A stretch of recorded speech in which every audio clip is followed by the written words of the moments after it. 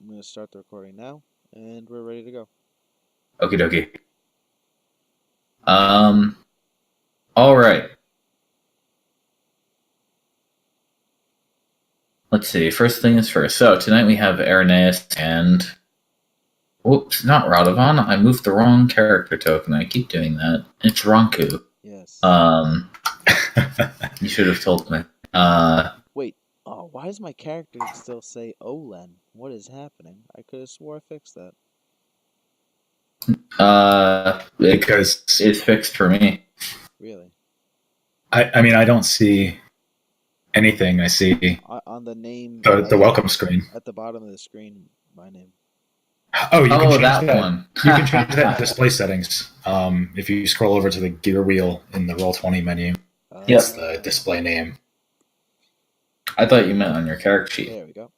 I'm making a drink, so if I hesitate to respond, I'm still listening, but that's why. Okay. All right then. Well, in that case, I suppose the first thing I will ask you guys is what you would like to have meant your down. My downtime? Yes. I would have been learning how to speak whatever language I'm learning. Because I forget which one I actually said it was. Undercommon? Undercommon, exactly. Yes, I have it on my sheet. Yes. 15 out of 60 for Undercommon. That's correct. Okay. So let's see. You and Albus Taver have not been present for a couple of weeks, although the previous two redshifts have been fairly short. Wasn't it Ronku and I that helped pick the keep? And then that was the last one we could participate in? No. We defended the keep, yeah. There have actually been two in between. We had Zaymar. Zaymar doing his solo. Solo with a friend. Yeah. And then there was the one after that where everybody else went and handled Morio's keep. Yeah, so we will add an additional so I suppose that's about 3 redshifts, isn't it? So we can add an additional 15 days onto your counter for that. Cool. So now you're up to 30. Halfway there. Yes, indeed. And Arineis, what would you like to have done during your latest downtime? Well, I talked about it when outside of the game, but she would have taken some time to figure out how that sword worked, and probably spent the rest of the time trying to make sure it wouldn't hurt herself or anyone else. Okay. What does figuring out how it works probably entail spending generally? some time alone in the barracks on like a training dummy if those were in there. Either though, I'm actually not sure what specific equipment was in there. Yeah, definitely training dummies. You said that there was some sort of transmutation magic associated with it, which I don't think Arineis would have known, but there was certainly something. It's got some about the weapon, which doesn't always lead to the best result if people are around when you're trying to figure that stuff out. All right. Well, you determine, you feel after some time practicing with it, it definitely has a supernatural quality to it. Okay. You would perhaps equate this supernatural quality to a +1. Got it. So +1 sword. Any other effects, or just that? You don't notice any other special effects when you're training with it. Okay.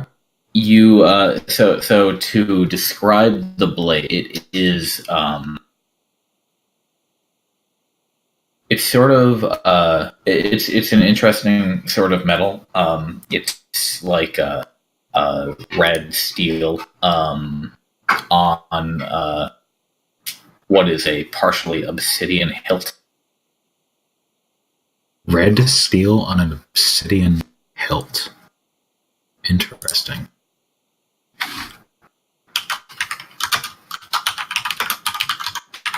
You think it would look pretty good wielded by a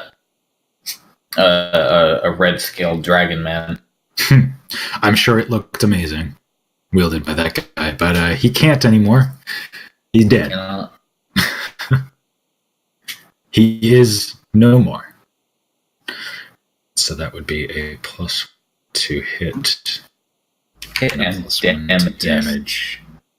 Would it be a +1 to the sneak attack damage too, or no? I don't believe so, because that's extra, right? Yeah. Okay.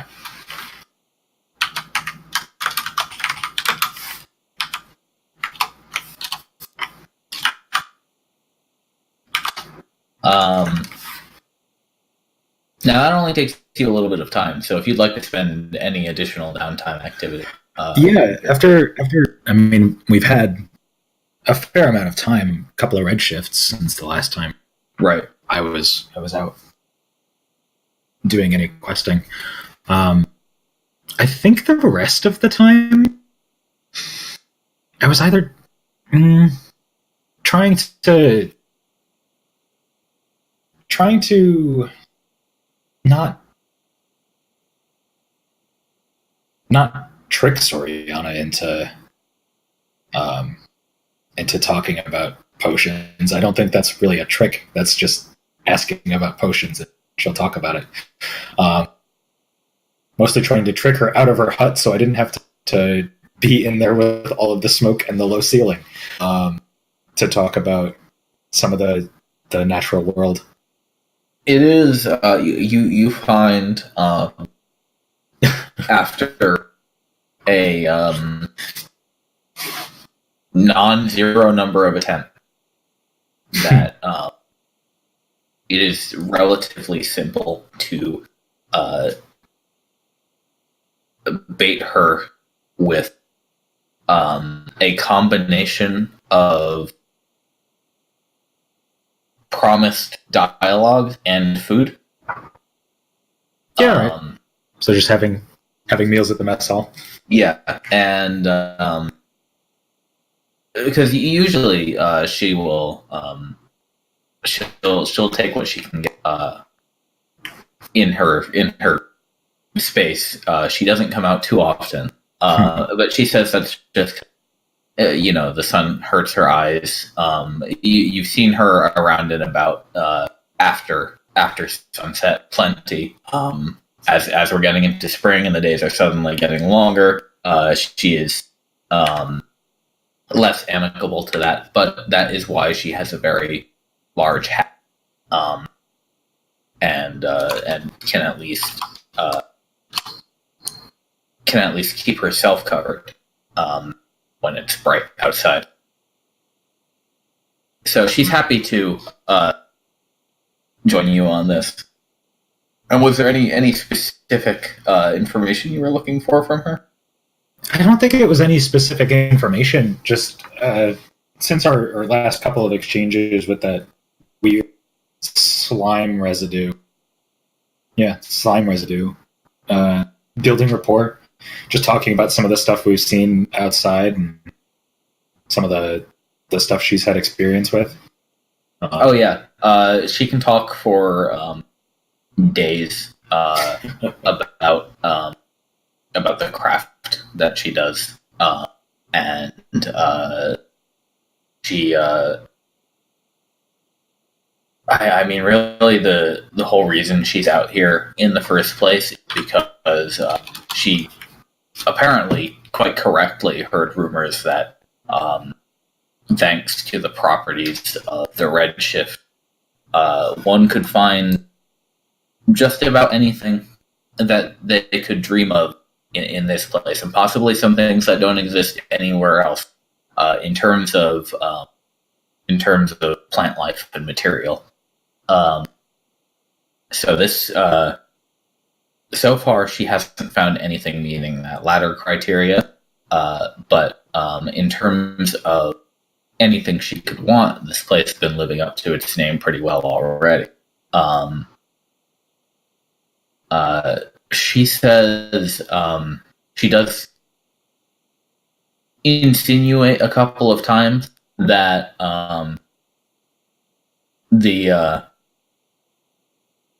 she very much wants to be able to provide you all some improved, higher tier potion of various sorts. I mean, she's got a whole list of them planned.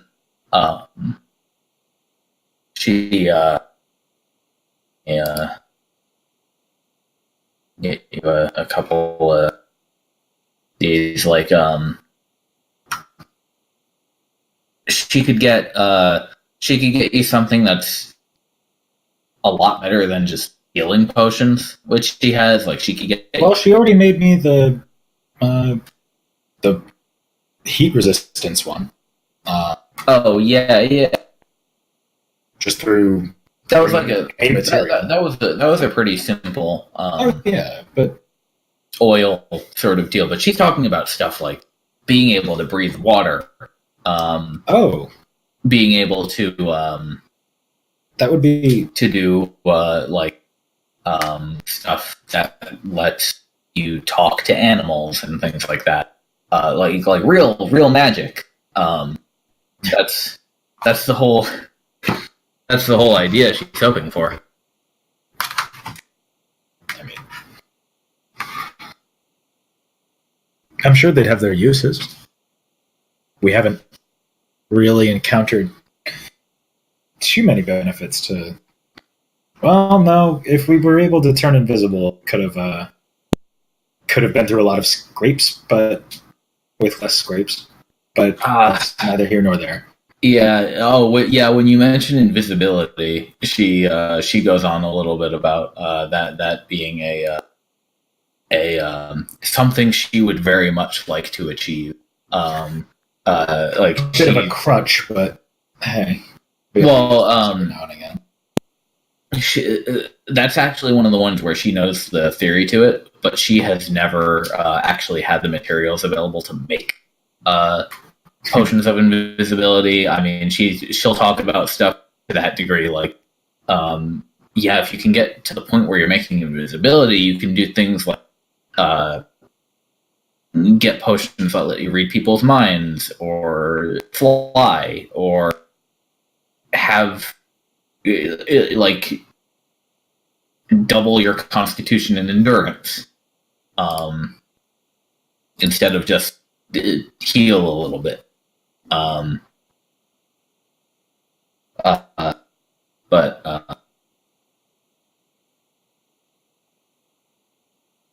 For now, she doesn't actually have the tools and everything she needs to do that. And she says the special thing that she needs for these higher magics is some stuff she called elemental water, which she dithers for a year about the varieties and sources you can obtain this sort of thing from. That certainly sounds like something Nimbus would know more than a little about. He might indeed, this would be something that is used. You get the gist that it's used as a base component of just about any sort of advanced potion making. And if she could get her hands on a reliable source of it, she'd be able to do a lot more work. Because she says for now, what she's doing is basically just hard hardly more advanced than I can certainly keep a lookout. poultices. Is there any sort of tell, or I guess tell would be the best word to describe, markers that show the difference between that and plain spring water? She tells you that in a lot of the books that she would read as a hatchling, she would hear about wizards and other potion makers who would they would basically keep pet elementals in a jar and essentially just have them like produce a fountain of the stuff. She guesses that any locale where you might find like a something with control of water living inside water would probably constitute a source of elemental water. Obviously, there would be purifications and things that perhaps necessarily need to happen. But that sort of thing. She says, maybe we could find something like that out here. It's already so many. You've already met so many fiery things. It would be even weirder if we didn't meet some kind of wet thing. Yes, it's not too far outside the realm of probability to find something made of water after all of those fire elements. And you're tall, she says, so it'll be even harder for you to drown when you run into something like that. I've not had the experience. It does not sound pleasant. I think I would like to keep it that way. She's never drowned either. All the better for the rest of us.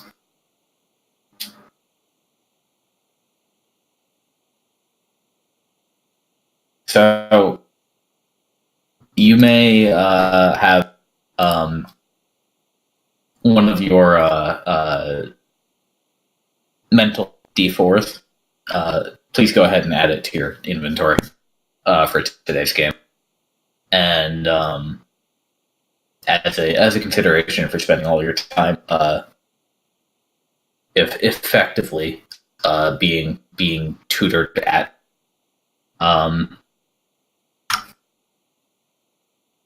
And everybody don't forget to hit the long rest button. Yep. Got it. Two quick things. One, you Yes, wanted sir. me to remind you about a handout.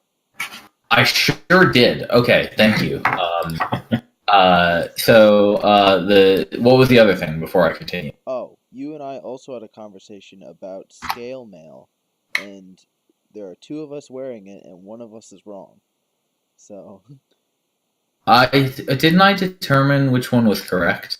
I think you said I was, but Well, okay, yes. Let me double check. I have a 16 and she has a 17. So I think I'm the one that's right. Oh, she's wielding a shield. That's right. That's No, right. yeah. That was what we discussed. Okay, I forgot Yes. about that. Okay. All right. Thank you for reminding me to check that.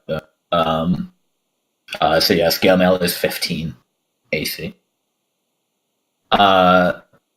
So before I give you guys your document, I did want to ask everyone the weekly special question. We're on question number 19. And today's question is for your characters to enjoy.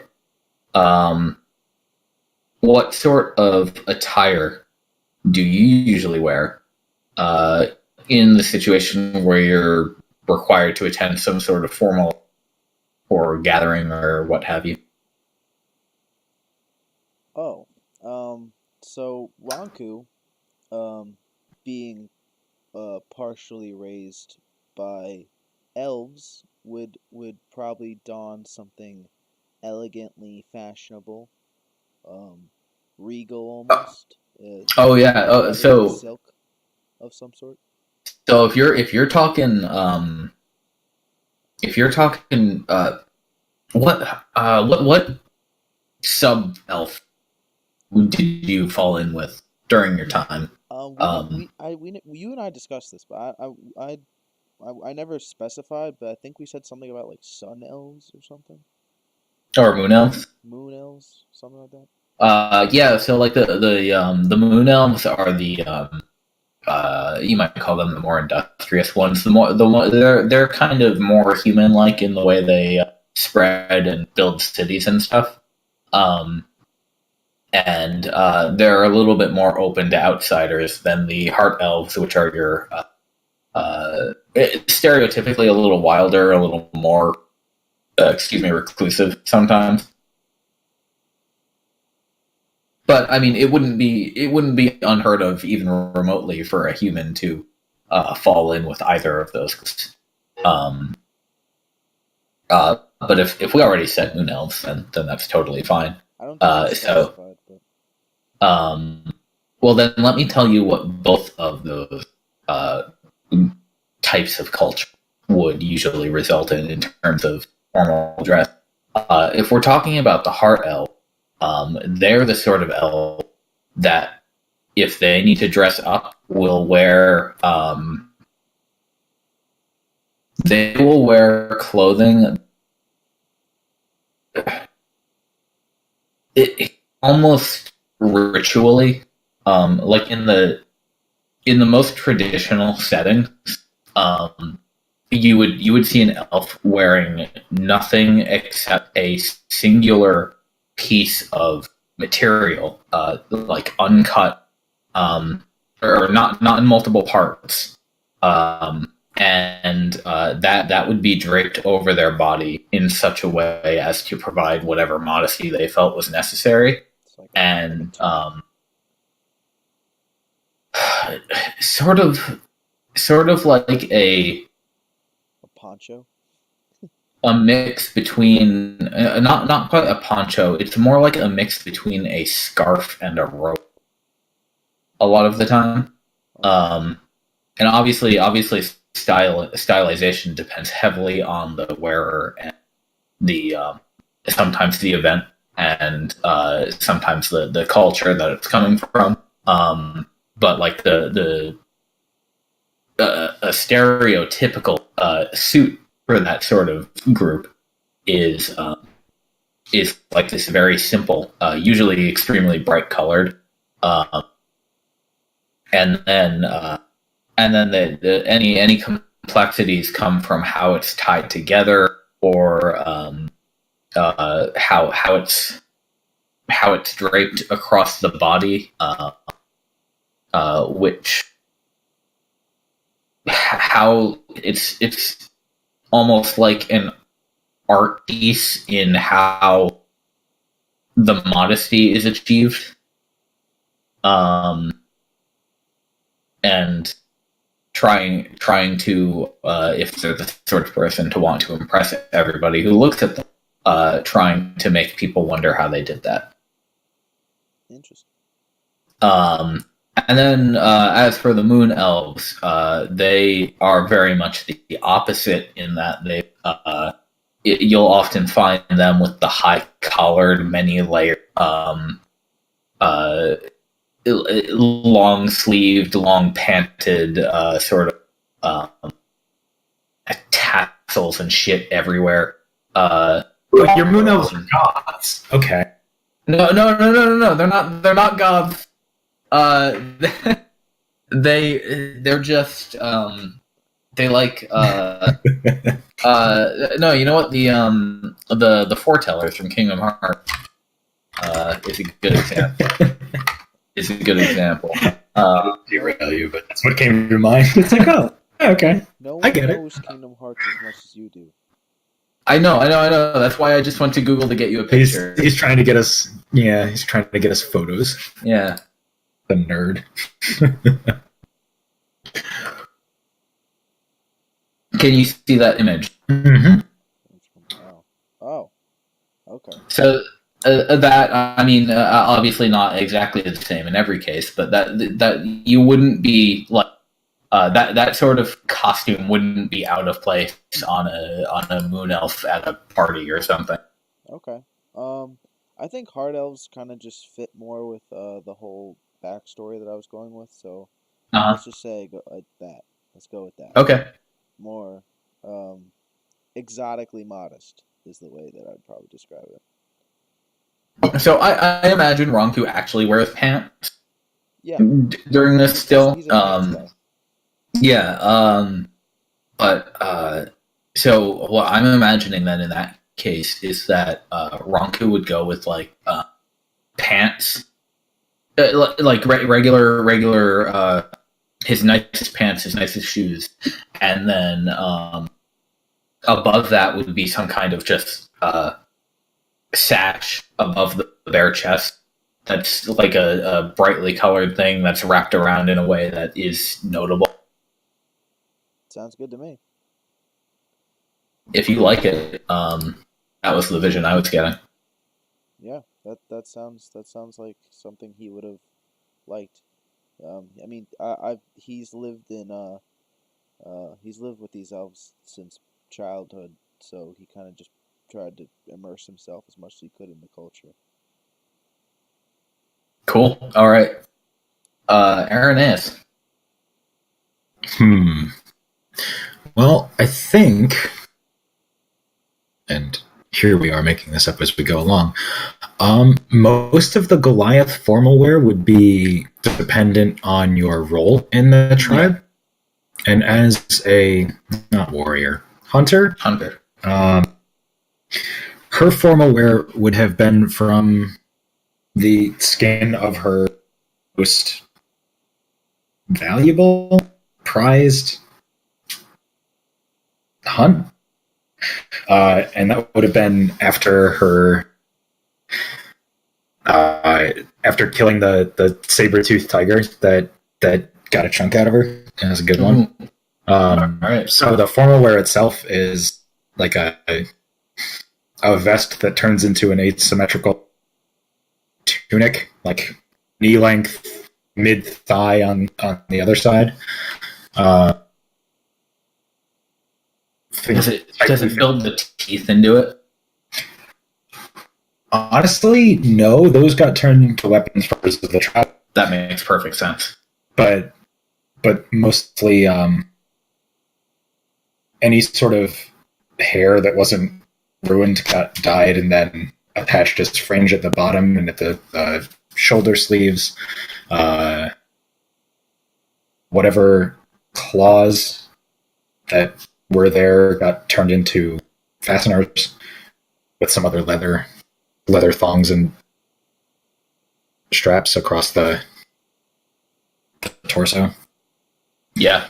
Just purely ornamental, but they're all the same. It's cool. So, like any respectable hunter among the place you came would only ever wear something that they for specific formal events to a real event. Yeah, of course. Cool. Did she happen to bring it with her? I'm curious. I think she did, and she debated for a half a day's time or so whether or not to bring it with her when she was packing. Purely because what time for festivities are there here? But especially her hometown festivities. But I think she wore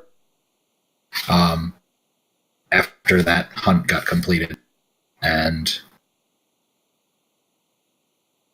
yeah, cool. It's seen some action, so to speak. All right, thank you for this valuable information.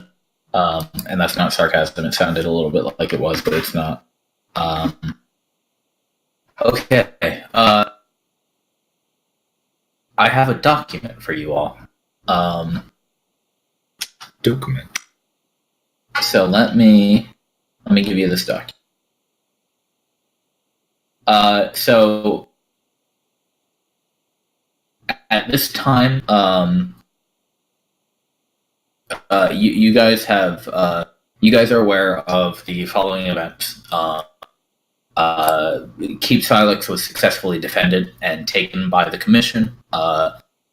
Dex has handled everything he needs to handle with that obelisk over there, so that the obelisk Silex is well and truly running. The Commission has been receiving additional batteries on the regular from the Empire in their usual shipment to keep everything going. And the man has been hard at work on making yet another obelisk to toss into Mario's old keep, which has now had its teleportation circle destroyed, and the flame skull that nearly killed a few of you guys also destroyed permanently this time. Rapid expansion. Yeah. Things are moving north and east, which is definitely the idea. Now I have lost track of my. Where did I put this? Hold on. Oh, you can see the tower in the background. Yeah, you super can. There it is. Okay. My list of things that I need to make sure I tell you that are happening. So, well, aside from all of that, not too much has been going on. I mean, obviously, there's a flurry of activity. There have been the occasional new expeditionists piling in, even more so now that the Commission has been able to request some reinforcements. They've been able to report in that they are successfully expanding. The Brigadier seems in. She's never obvious about it, but it seems in higher spirits generally about the status of everything. Morale is relatively high. You guys are coming out of a tedious and wet winter, and it seems like, honestly, most people around are pretty thrilled that they're going to be able to get out of Fort Maricus for once and go somewhere else with their lives. So people are excited to get moving. Dex, at a certain point, this could have happened during the Redshift or at any time. He gets in touch with either one of you in person, and Ronku to you, or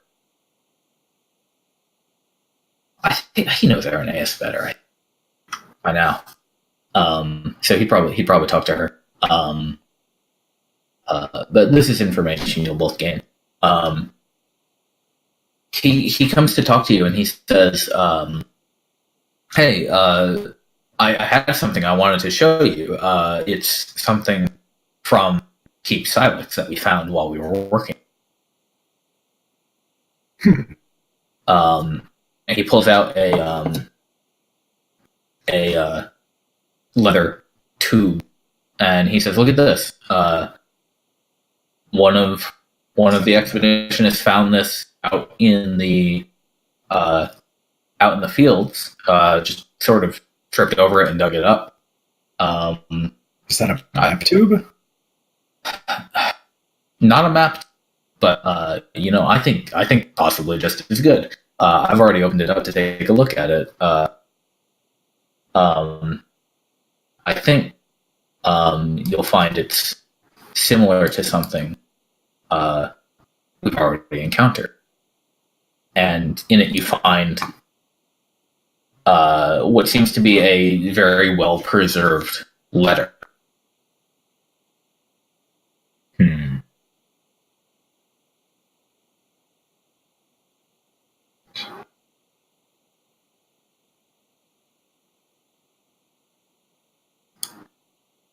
This seems... Yeah. That's... Well... Who... That's... Continuation of a mystery, I guess. Whoever this A. Asgoth is. Arwain Asgoth, he says. Am I missing something? Famous. Did you receive a note on your screen just? Yes. Yes, that is the document. Yes, I know. The point being, these words mean nothing to me. There should be in your documents on your the place you go to access your character sheet. Once you start Roll20, there's like called file secured scroll. And yes, that's correct. A second one of these, or a first one of these, I guess. This one that just popped up is second. And you know what? We could do a little thing now. We might have gotten it before you arrived. I think we did. I'm reading it now. I can provide you guys a folder for this.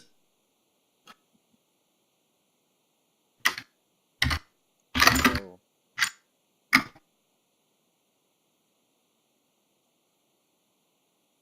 Was that from when the town first appeared?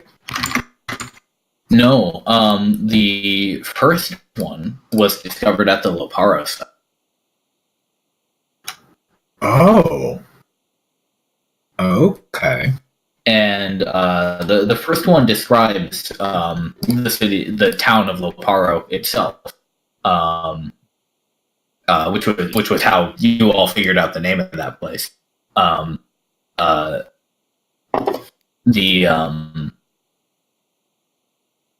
So I believe it says that coming into Vesot, the ancient nation, that was his first landing when he arrived there, and he was indeed looking for a lead on a person at that time.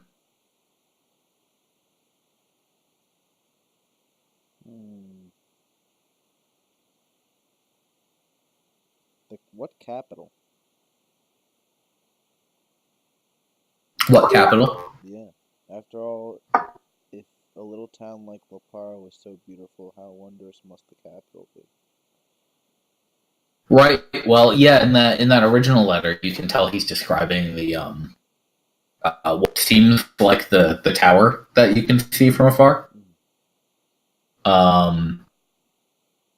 I mean, information is scarce. So, for the two of you who might not know about him, Dex is happy to explain who Asgoth was.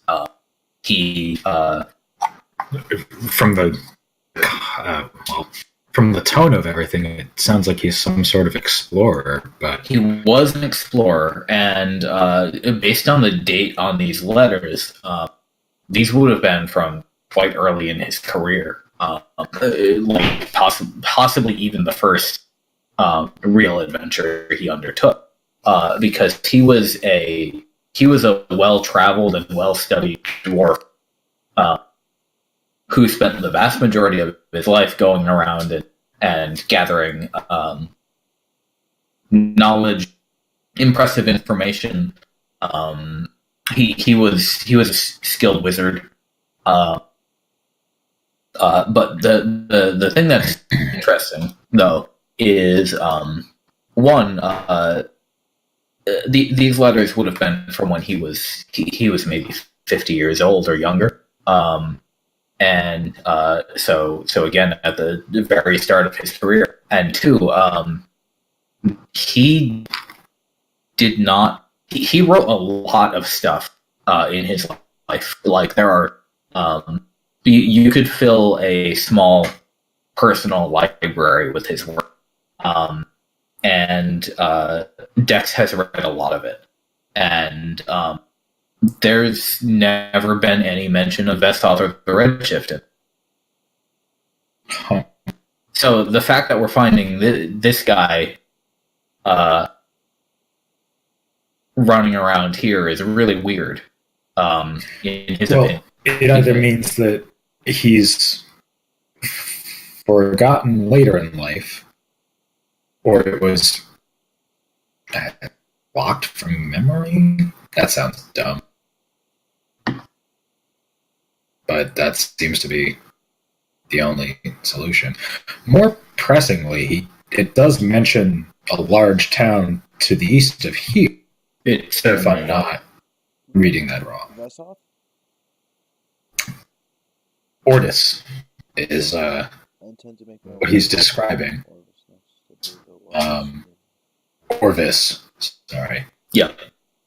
I get my D's and V's confused sometimes. But we haven't seen anything that resembles a large city, have we? I don't know if no, up the mountain there and looked around, but none of the scouts have found anything, at least not nearby the keep. Now, if we can assume the location this letter was meant for is perhaps accurate, and I wouldn't be surprised you all did find a portrait of a possibly a nobleman in that place before it was partially destroyed. I recall you brought it back and oh, that's right. Alvis Tower, well, sent it back to the Empire. The gnome made me carry it, but he found something. Yes, sure. So why were we handed this letter? I mean, why were you handed this letter? Oh, well, Dex just thinks you might find it interesting. Good knowledge to keep in mind. He's going to hold on to it himself, just like he has the other one, for safekeeping and for reference. So if you ever need any of them, you can talk to him. But considering the people you usually run with were the ones who found the first one, he felt like you deserved to see the second one.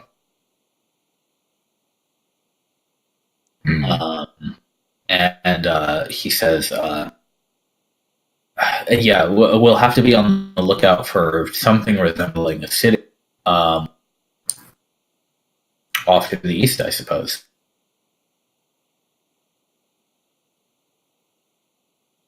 Indeed. Who knows how intact something like that would be after 1,000 years of this.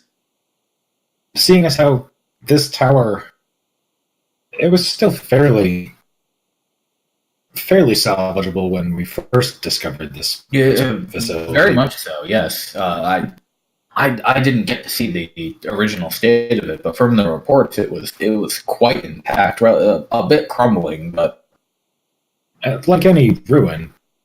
But there was still, the central tower left and a second floor. And even now, the work is quite sturdy. It does not on the verge of collapsing. That's true. And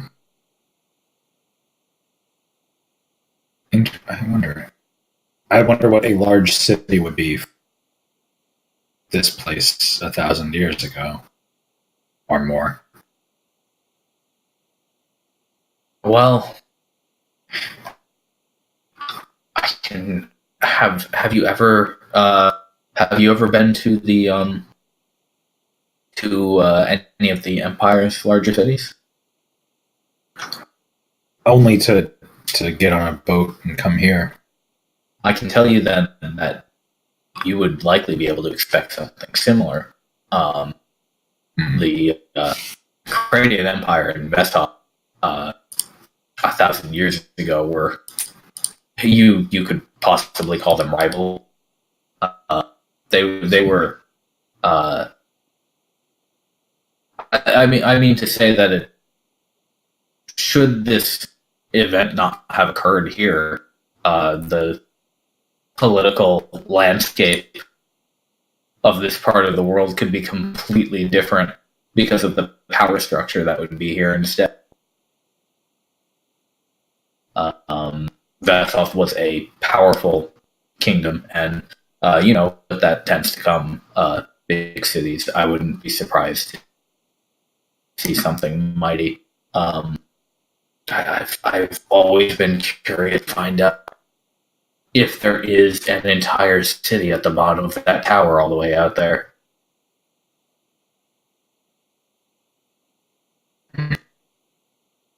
Well, we won't know until we get there, I guess. We'll be able to see it from far. That is why I'm counting on all of you. Yeah. We shall do our best. All right, I'm gonna pop you guys over to the quest board. I'm gonna delete this quest. That's done. So I've changed things up a little bit. Yes, you have. Yes, I have. You've added difficulty scale. I have added. Recommendations. Because now it's a little gamier, but I think it necessarily works out because we are taking parties of a minimum of 2, or in dire circumstances even 1 player. And just so you guys know, in any case where we take 1 player, you'll be in control of one of your friendly NPCs at the same time, and up to 4 players in most cases. So I felt it appropriate to give some indication of so you don't go and get yourselves killed, and so you don't go and get yourselves bored to death, basically. So it's a little less open-ended, but hopefully more fun. So I'm guessing this 2-star one is going to be us for today. Even if it wasn't just the 2 of us, I think Arineis has been like sort of itching to climb that mountain. Ooh. Just because it'll be a brief reminder of home. It's a pretty tall. It's a pretty tall mountain. It looks to be snowy at the top, like year round, and it'll certainly be chilly and windy, which is par for the course. It's ideal. The ideal temperature. You might find a saber-tooth. Maybe. And you have you can go up to 20,000 feet, and you just cold climates you're naturally acclimated to. So you were correct. It's why I've never worn a coat. Yeah. So like bummed up, and I'm just like, yeah, I'm good. I'm curious, did that manifest as like being totally miserable in the heat in the summertime? I'm gonna say moderately uncomfortable, but not any more than anyone who's right. It would be similar to Naya, I guess. I mean, she grew up in the literal Arctic. A lot of sweat. That's all. Yeah, just a lot of sweat. Yeah. Same deal as like somebody who's cold resistant for being a dragon or what. Do rock people sweat? Well, they're still fleshy. So yeah, a bit. Okay. All right. It sounds like we have a plan, though. We definitely have a plan to go climb. So who would you like to hit up to get the details? Who usually hit up? It's been a long time since we've talked to the Brigadier. Alrighty. Or since I've seen the Brigadier, and we just talked to Dex about that letter. We did. Okay. So you go visit the Brigadier.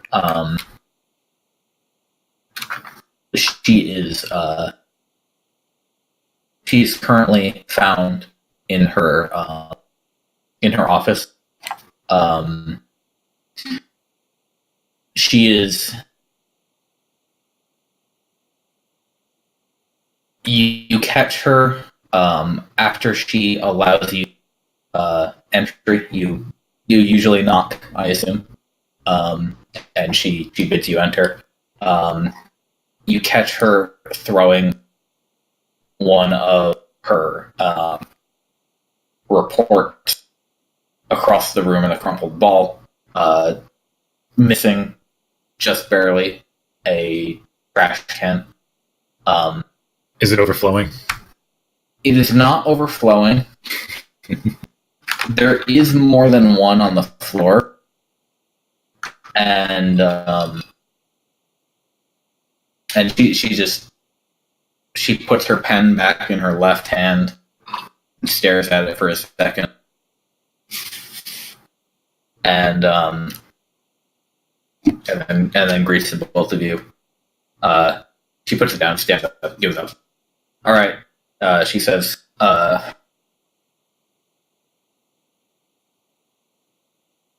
How can I help? What's up, Brigadier? We're here about a point of interest on the peak up top. We're still at Keep Silex, right? That hasn't changed.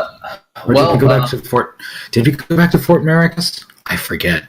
So the way we run this now is you can pick your starting point per session. This is under the assumption that you would have had some idea of what you wanted to go do next. Okay. In the previous Redshift and gone and made preparations, and then stopped at the location that you want to start from. Got it. In this case, I would say that... I assume we're starting from Fort Maricus. Well, in this case, I would say since the mountain is just above the keep, it's been long enough that we could say this thing has been noticed, and in fact, it was noticed. This quest was on the board last week. So if you guys thought that you might have been interested in doing this and wanted to stop at Keep Silex before the Redshift hit, we can say that you did, and you can start there. If you'd rather start at Fort Maricus, by all means, we can do that too.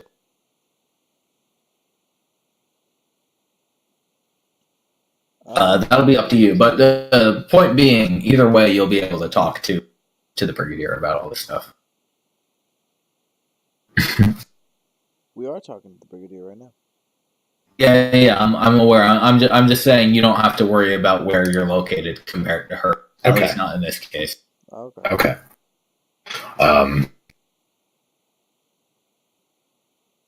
So Brigadier, give us the scoop.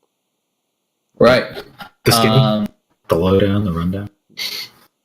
So now that we have taken the keep at Silex, as we're called, we've held on to it for some time now, about a month, and some of our expeditionists living there now have noticed something interesting every so often. Not with any regularity, it seems, but more than once so far. They will see a glowing light from a cave about, she estimates, some 2/3 or so up the mountainside. Huh. They describe it as blue, which I've certainly seen blue fire, but I wonder if it's. I would generally not assume a blue light to be a bonfire. Well, depending on, I don't know how familiar you are with mountain caves, but depending on the time of day and the material within, a blue glow is not. Well, back home it was either some sort of metal or gemstone, or it was very, very cold ice. Either way. Right. Huh. Both are worth consideration. They did describe it as rather bright, and the part that interests me is the fact that it doesn't happen consistently. That's more interesting. So we would like to send a team up there to take a look, see if there's any danger or anything else worth noting up there. Should you find anything of note, you can. I trust you can make the appropriate assessments, and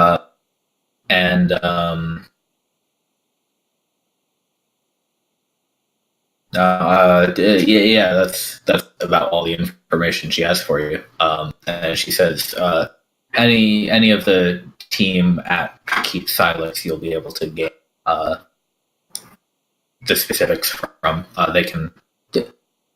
I haven't been there myself, so they can point you directly to the location where you should be headed.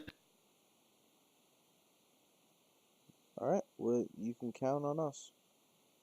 We'll Indeed. figure out whatever. I'm sure I can. We'll figure out whatever the blue light is and either kill it or stop it.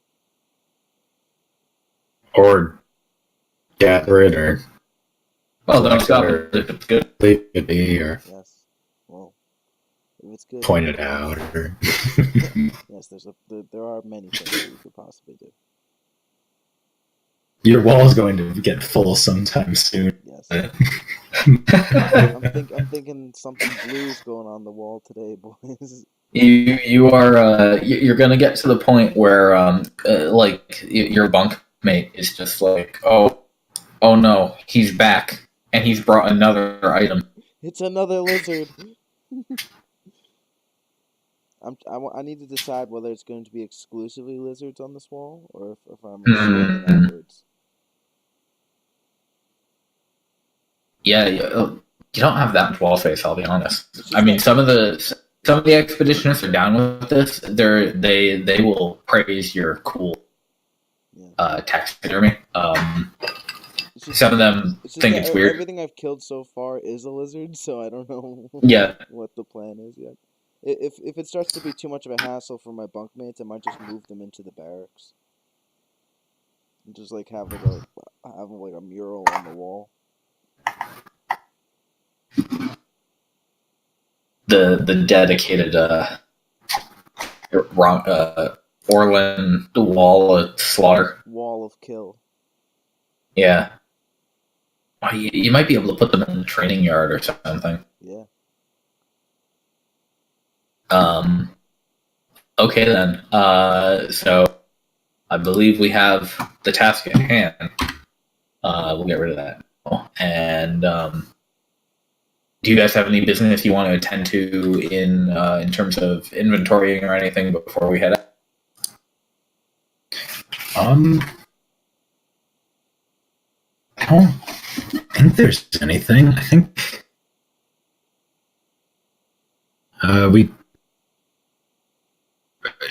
regarding rations, it's up to 3 at the start. Up to 3, yeah. So if you've got less than 3 now, you can bump up this.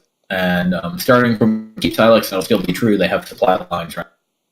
Okay. Oh boy, I should. I don't know how to divvy up rations. I just have like a stack of 10. Well, if you like, you can you could just like lower it to 3 or however many you want, and then I rolled my rations. You rolled the rations. And then go ahead. You can actually click in that parentheses box in your inventory and edit it as necessary. Yeah.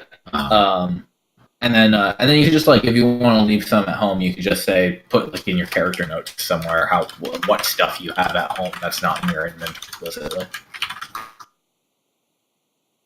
I know a lot of the other players do it just like that. All right. Plenty of space on the character sheet for it. Yeah. Let's see. So I see you've got your rope, Yes. your crowbar, My crowbar. your rations, Yes. and we're encumbered. Yay. We did it. Fuck. Never end. Can't happen for me. Rather, it takes a lot. I guess Oh yeah. I guess the Dude, rope glides is are saying. cool. There All we right. Slightly off topic. Are you sure you don't want to take rope to a mountain climb? That is also a very good idea. Fuck. I guess the crowbar's staying. Does anyone have a climbing kit we could borrow? Either borrow or imperialize. I don't know about borrowing. I don't want to get into managing borrowing between players. I'm not talking about between players. I'm talking about fuck. between PCs or Makushi. I'm gonna need pittance too. Fuck. Yeah, pittance are handy. Let me see. I think the main thing you'd be worried about would be a grappling hook, Arineis. That's the only item I can think of besides like pittance and hammer. If not, well, rope is usually fine. If I took a different rogue archetype, I could have a climbing speed. But Let's see. I guess I haven't used my herbalism kit yet, so I guess I'll just leave that here. Or my clothes. I'm technically not encumbered. You don't want me to punish you for wearing nothing but armor. Oh shit. Fuck. Okay. I mean, Herbalism kit it is. I don't know. Nothing but armor. You can leave clothes here. I assume you don't want to sleep. Yeah, well, That might be what Sarah was talking about. Well, sleeping in your armor gives you like you don't get fully rested, right? Isn't that how that works? So technically, according to the rules, I don't think there's any penalty for sleeping in armor, but that's dumb. So I would probably penalize you for it. Yeah. I thought there was a thing where it's like you're not exhausted, but you're not well rested. Well, the thing is, if you don't get rest, then you become exhausted. Essentially, the rule for resting. Right. But let's see. Yeah, Arineis has a rope. I also have rope. A tent. Ronku has pittance. Ronku, you might want to bring that hammer of yours. I have a warhammer. Hello. You have a warhammer. You could use that to hammer some pittance. All right, fair enough. I don't even know why I have that hammer. The hammer's useless to me. You may want to bring a water skin, friend. Do I not have a water skin? You do have one. Let me make sure the stats on it are correct. Yeah, it looks correct. 5 pounds? Jesus. Water's heavy, yo.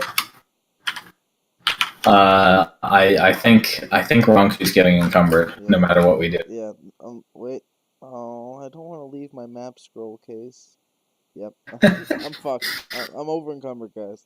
Well, at least now you can bring your backpack and you don't have to strap everything to your body. Yeah. Might as well just be over encumbered now. What's the next one? 170. I might as well just. Yeah. I'm taking the crowbar. And all right. At this point, we're going team over encumbered. I'm taking a blanket. Fuck it, it's coming. Oh right, you have armor. About that. I'm taking everything at this point. Or rather, 45 pounds of armor. The player forgot about the weight of stuff. Yeah. There, I'm carrying 117 pounds worth of gear. Very nice. All right. So we go. And so it goes. Well, you know what? I don't feel it's fully necessary to bring you guys onto the Redshift Zone map unless you want to leave from Fort Maricus, because we are. I mean, it's literally right next door. It is literally there. So I mean, just pop you on the map anyway, so that you guys can be appraised of what the current status of the world is, I suppose. I will move your token over to Keep Silex. I'm just gonna assume that's where you're starting. Yeah. as I have given you all the permissions you need for this. We moved on in between redshifts. So that's yeah.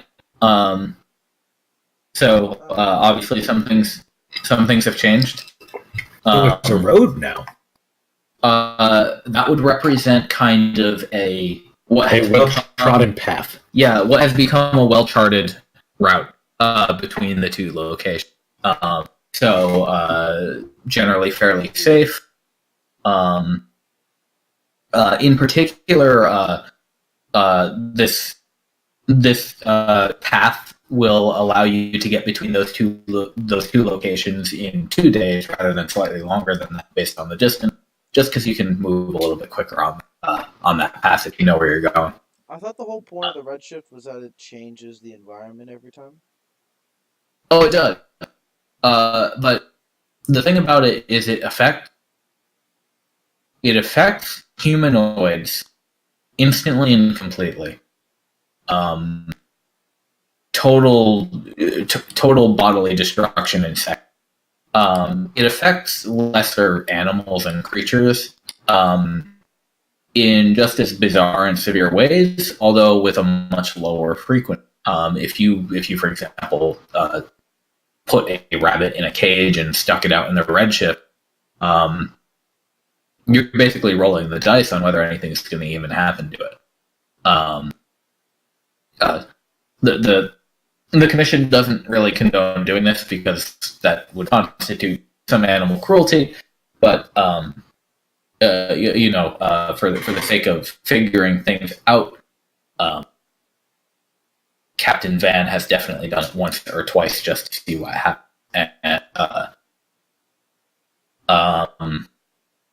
And then when it comes to inanimate objects or the terrain itself, weird things definitely happen. You guys have seen weird things that have obviously been created by the Redshift, and you've visited places that seem a little bit different or have obvious changes. Probably an example that I use far too often is that occasionally you might walk past a place you've been before and just be like, hey, wait, that tree was that way the other day. And now it's over there. Oh, okay. So it's still basically the same environment, just slightly different every time. Yeah, so like if you were to cross this path every redshift for a month, you might notice at like one point, like all of a sudden something is out of place, but it's not gonna work the terrain to such that like the whole trodden path disappears. Otherwise, the fact that we have a map would be somewhat useful. All right. Yeah, and that's just good information to keep in mind about the redshift. The biggest danger it poses is people. Cool. So, And obviously the Brigadier can attest. So where on this map is the mountain? It is right next right to here, us. in fact. Oh, that mountain. Okay. Yes, indeed. The lone peak towers over Keep Silex. Oh, it looks like it has a few. It's bumpy, but you know it's a singular mountain, and there's no range to speak of. Now, at Keep Silex, you guys, so you guys are actually staying there for the duration of our redshift. And so, after telling the expedition is currently running things at this location, and actually for context, why don't I put you guys on the Keep Silex board just so you can, yay, we're here. I don't know if you guys have seen this one yet. Yes. Yeah, because you have to defend it. We defended it for more, yeah. I see that the ice barricades are now sort of... They're no longer present. Replaced with actual walls. And all the glass is still there. Oh yeah, that's a permanent feature. That's a feature, not a bug. Yeah. actually might come in handy sometime. Harvestable glass. Just get a shovel. Get digging. So you guys stay here for a few days. For reference, current date is after the redshift breaks is 30th of the third month, Caddis. The last couple of redshifts have been unusually short for whatever reason. The duration is never quite the same. They're about 10 days on average, but these last couple have been shorter. Which it's hard to tell if that means the whole thing just doesn't last as long, or if the cloud itself is expanding a little bit faster or slower on any given time. It doesn't always hit at the exact same time after the first wave every redshift. Things vary. It's usually none of you have had any problems outrunning the thing yet. But it's definitely a concern that's come up, like, as you get closer to the tower, if it's going to be possible for you to all outrun it at a reasonable pace. They might. There have certainly been talks about ordering expeditionists to not go out so far, don't range too far out into the wilderness. Make sure to always stay like 1 or 2 days with range of a obelisk, but that's something to worry about in the coming months, not right now. While you're here, you inquire about the glowing cave, and as it happens, one of the night that you are at this place, you were able to get up on the lookout tower, and is that in the center, or is that up in the northwest? That would be the northwest one. Yeah, the center is actually in that's the basement. In the basement, right? Yeah. You were able to get up on the tower and look up, and you see, indeed, up in the mountainside, a quite visible blue glow. Arineis, you would say this is not an ice cave. Okay. You can tell just from afar that's not what this is. This is some other phenomenon. So you know where it is. You've identified the location, and excuse me. Venturing out, so the mountain is about it's 1 hex away. So accounting for the time it takes you to start climbing up and up and up instead of just going horizontally, you start progressing through the foothills, and by midday, you are at a point where we are going to want to move you to a zoomed in map. So we'll put you guys on this. Now, this does not have any lighting to it, and that is fully intentional, don't worry.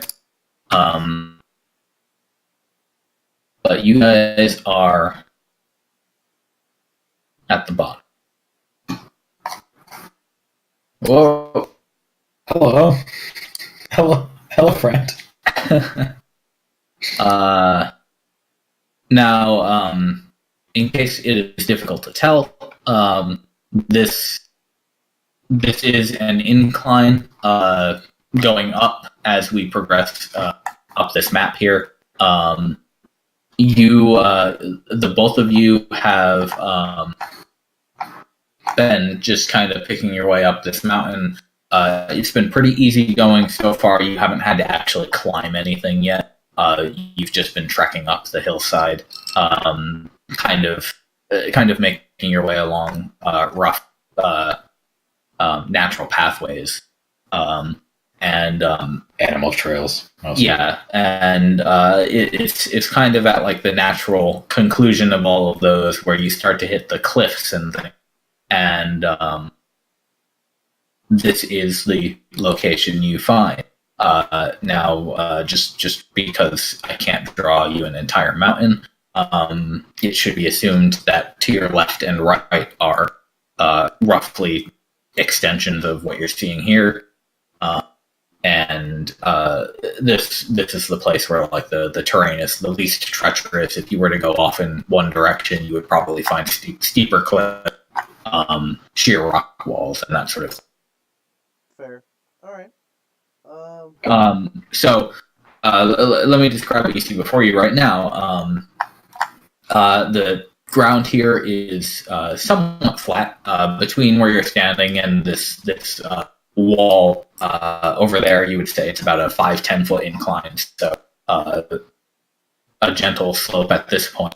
You see on the left there's kind of a jutting outcrop that kind of raises up to the same level as the part north of it, and can you both make me a quick perception check to start with? Sure. Perception is not my forte. I rolled pretty well though, so Those are both quite good. Good too.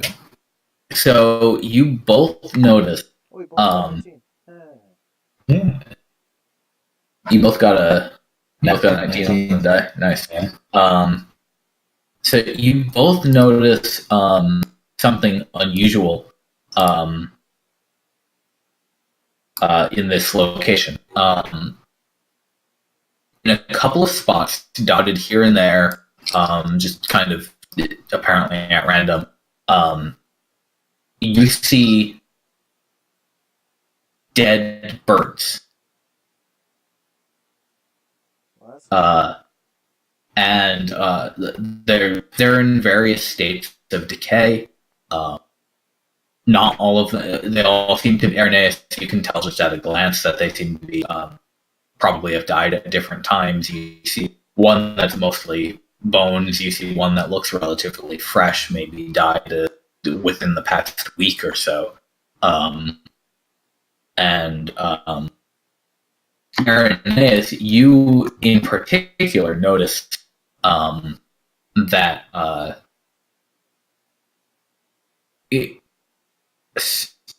so the terrain of this section is like I said, relatively flat. It's very rocky. You notice in like the 5 foot square area where these bird corpses sit,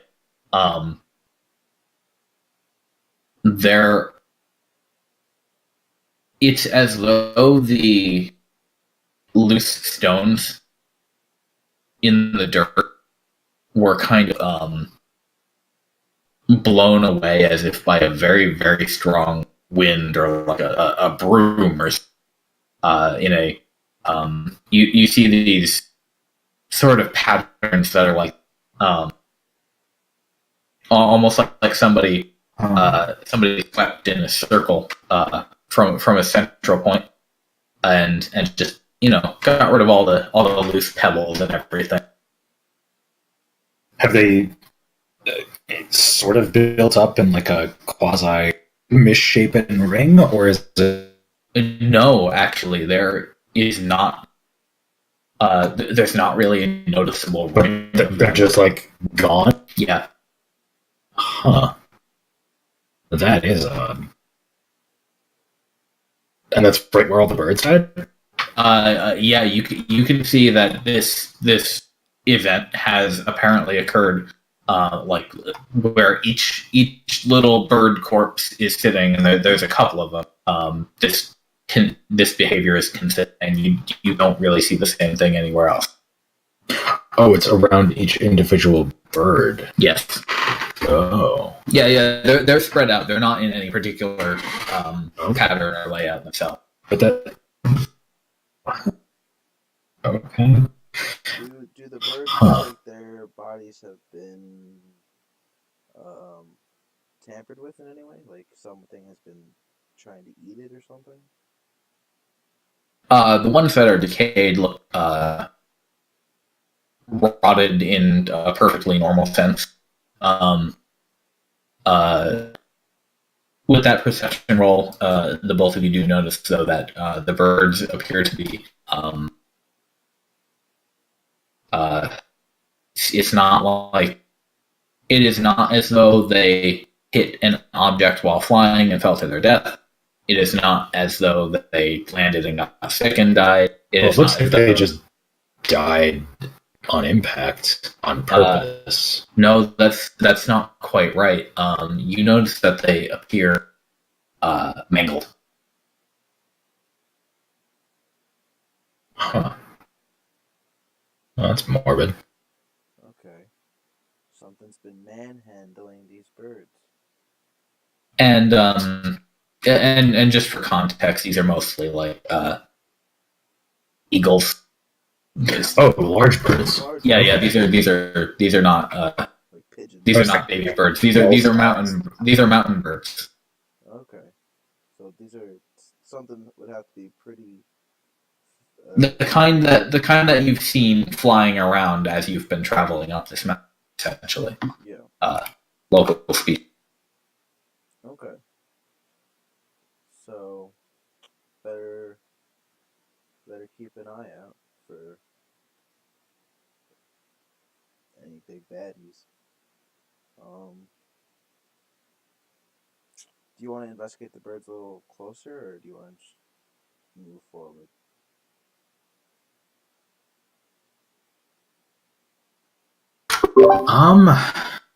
I think that.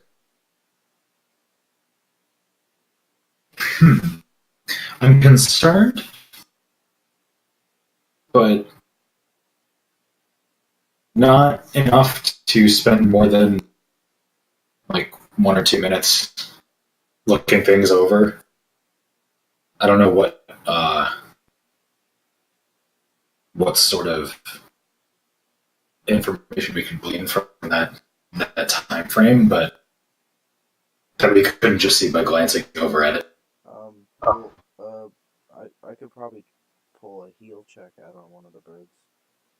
One of the more recently deceased birds.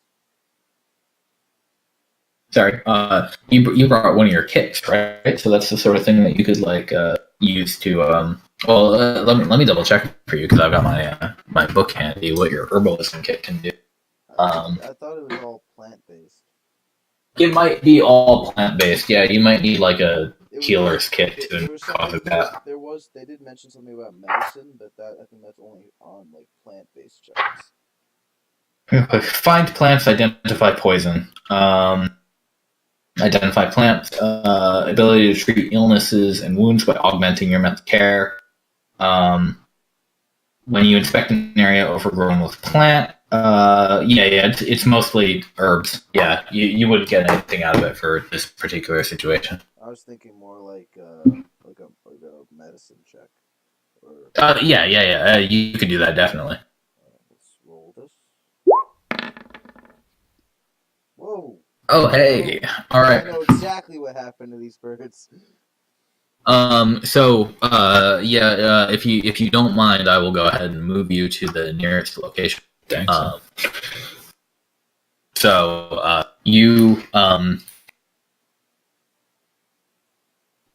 You trod forward and to this location where the dirt has been strangely cleared. There's a dead bird sitting in that location, and you kneel down to take a look at it. You see that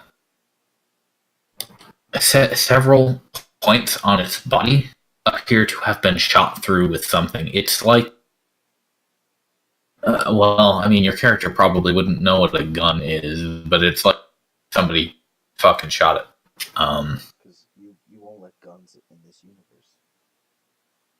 I didn't say I won't let guns in, but Ronku probably doesn't know what a gun is. No. Now, when you When you stand up and take a step back, just to get away from the rotting corpse that you're looking at, you feel something jostle under your foot, and you kind of like reflexively step away from it, and there's a sort of high pitched whistling sound. Arineis, you hear it too, and you see from under Ronku's foot, as he steps off of it, a rock, maybe the size of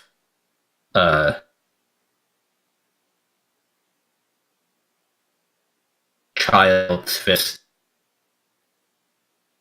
pops up out of the ground, and it appears to be the source of the whistling. And then, Ronku, I need you to make a dexterity saving throw. Oh, good. Here we go. This is something I'm actually good at. Dexterity. Pop. Nothing but high rolls today, boy. This you need to roll under 10 or under for these rolls, or That's 90 or above? 19, 20, 19. What?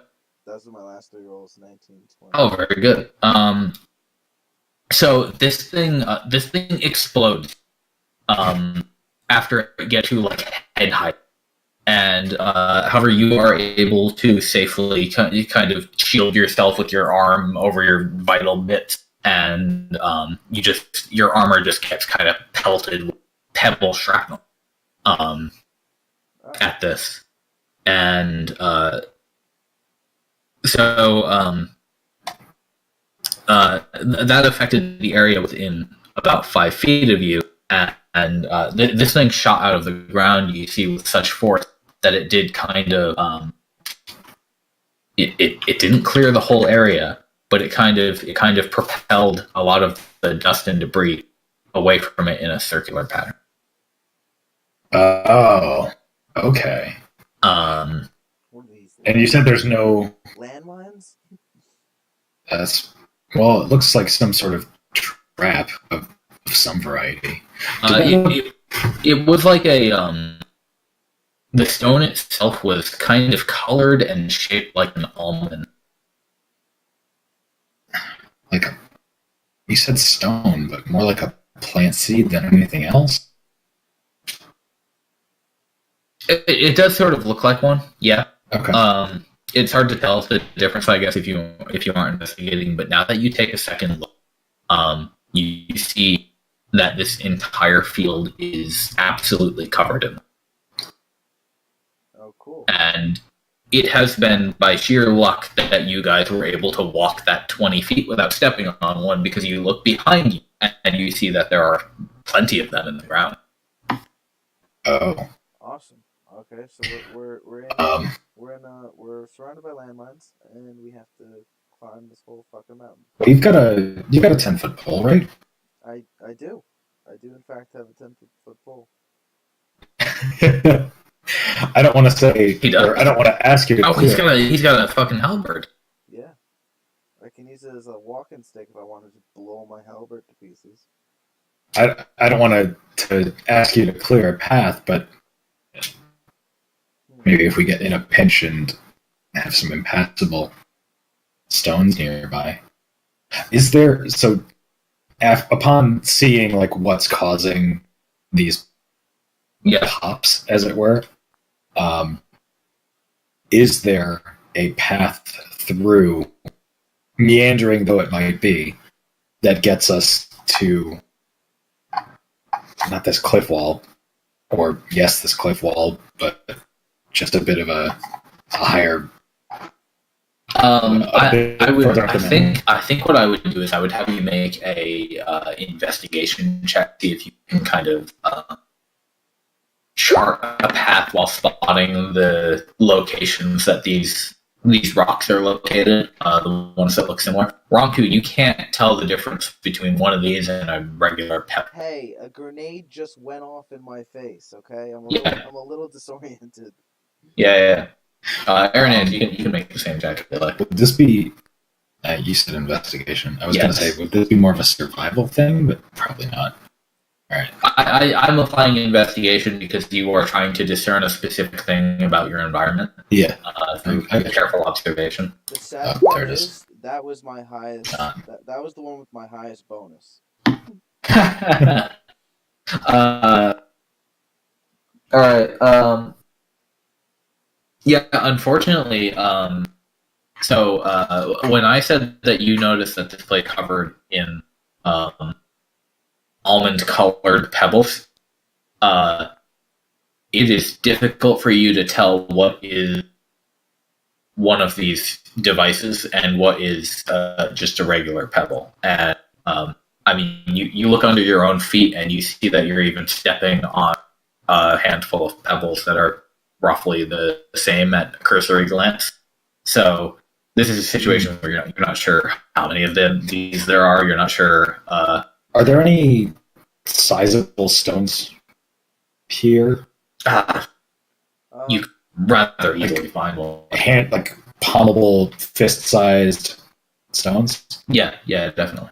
I think I'm just gonna keep throwing my hand axe 5 feet in front of me and move forward. Because I was gonna.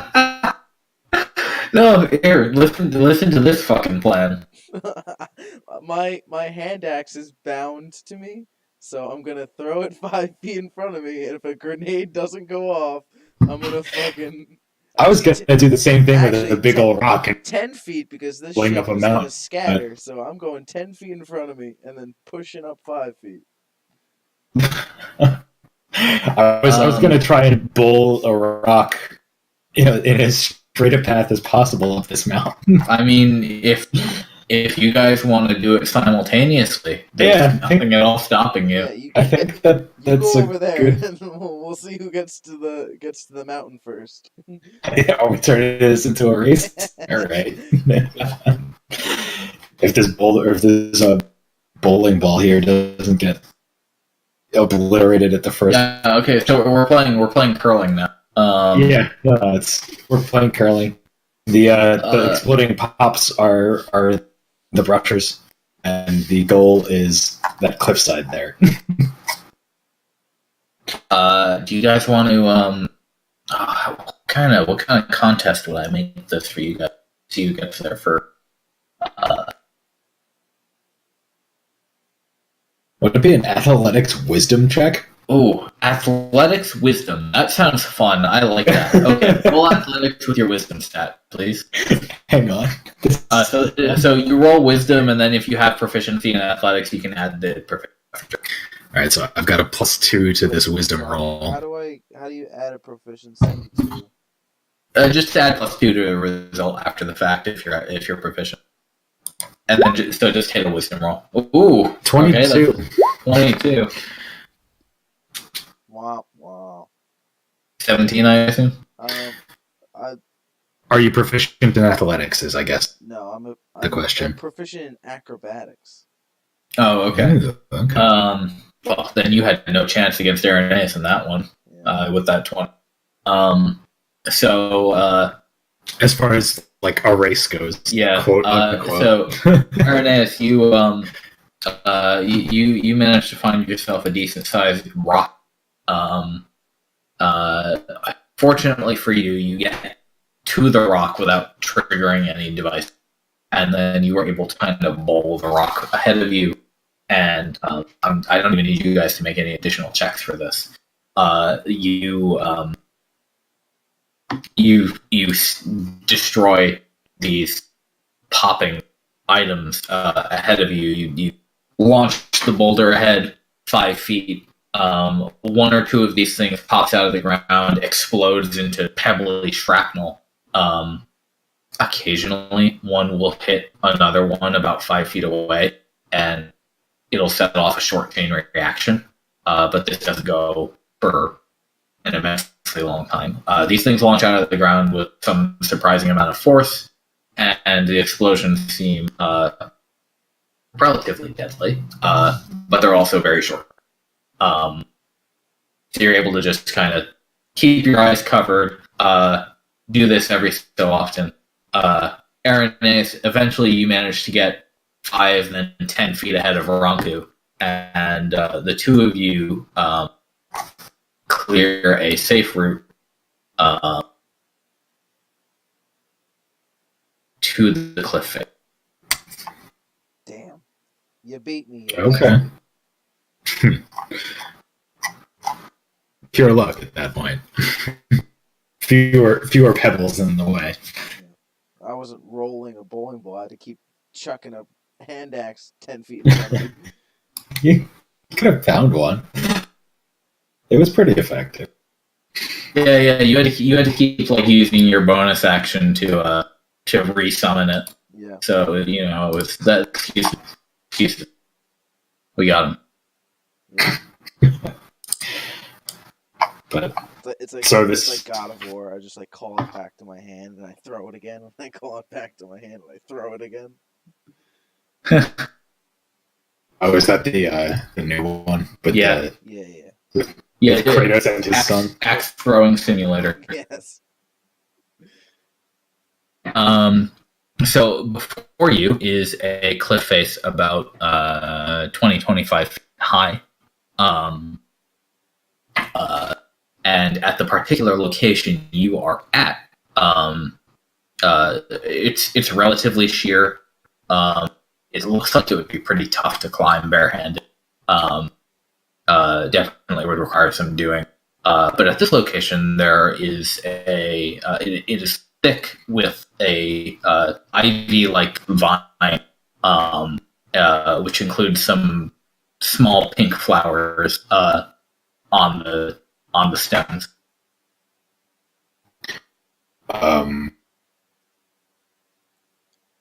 This sounds like I can use my herbalism kit. I was gonna say it's just a little weird. It's so contained. It's only it's not small area. I would say it's not a literal square. Just for reference. Oh, I understand. But normally, at least when there's still vegetation around, or there's no vegetation around, so this is like a little weirder. There's some up above, and this is hanging down, but it's kind of like hanging off the edge of that top of the cliff a little bit.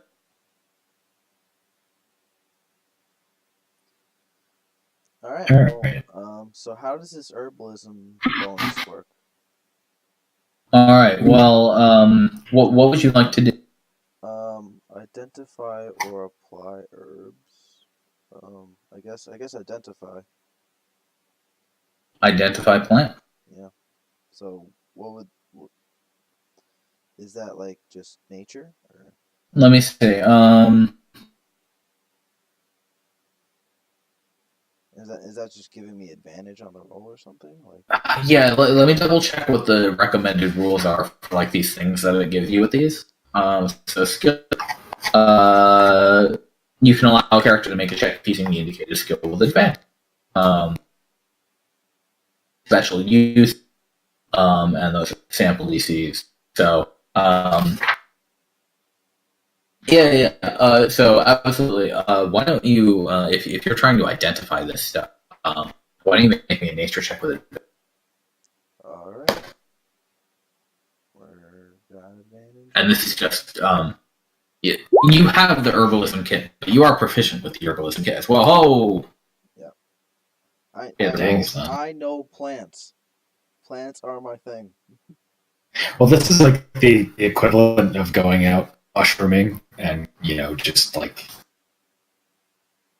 bringing a bunch of paper to make spore prints with, and like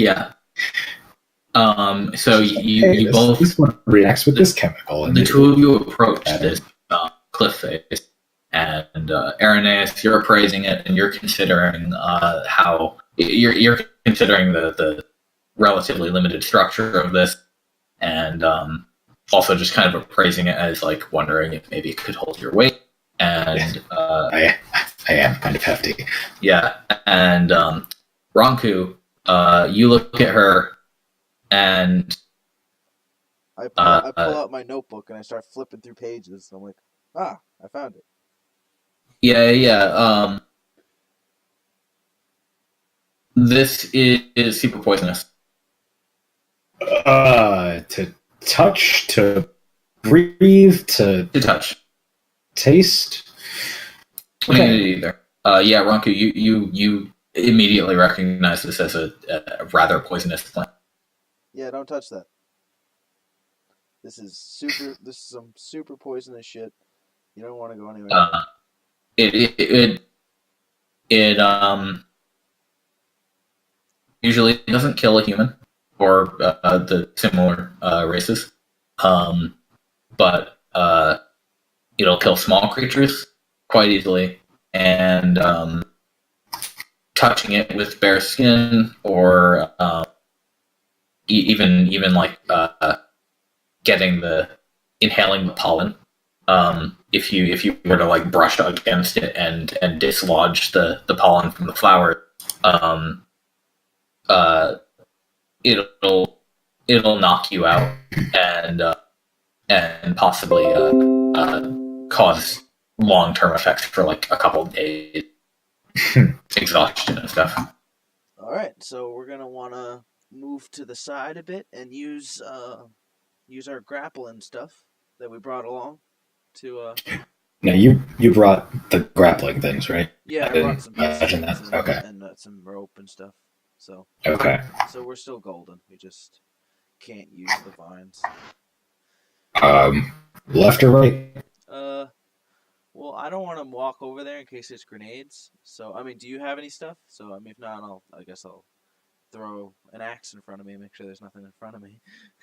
I still have the boulder's still next to me at like the base of the rock wall. So just kick it off to the left and see what pops up, and if nothing, then probably move that way. Yeah, Arineis kicks boulders. I adore that. I said like a, I'm thinking like a. Oh yeah. It's like softball and soccer ball size. Yeah. That's still a pretty big rock, and I know she's still a pretty big girl. But like just imagining like take a football like a football sized rock and punting it is awesome. Not punting it, just like shoving it 5-10 feet to one direction, and hopefully it's round enough that it moves under its own weight and doesn't just slide a bunch everywhere. Yeah. Okay. So yeah, you're able to do this, and you're able to make some progress over to the cliff face. I'm not hauling off and just destroying your foot. So I think moving over to this side. So I take out the rope from my backpack and 2 pittons.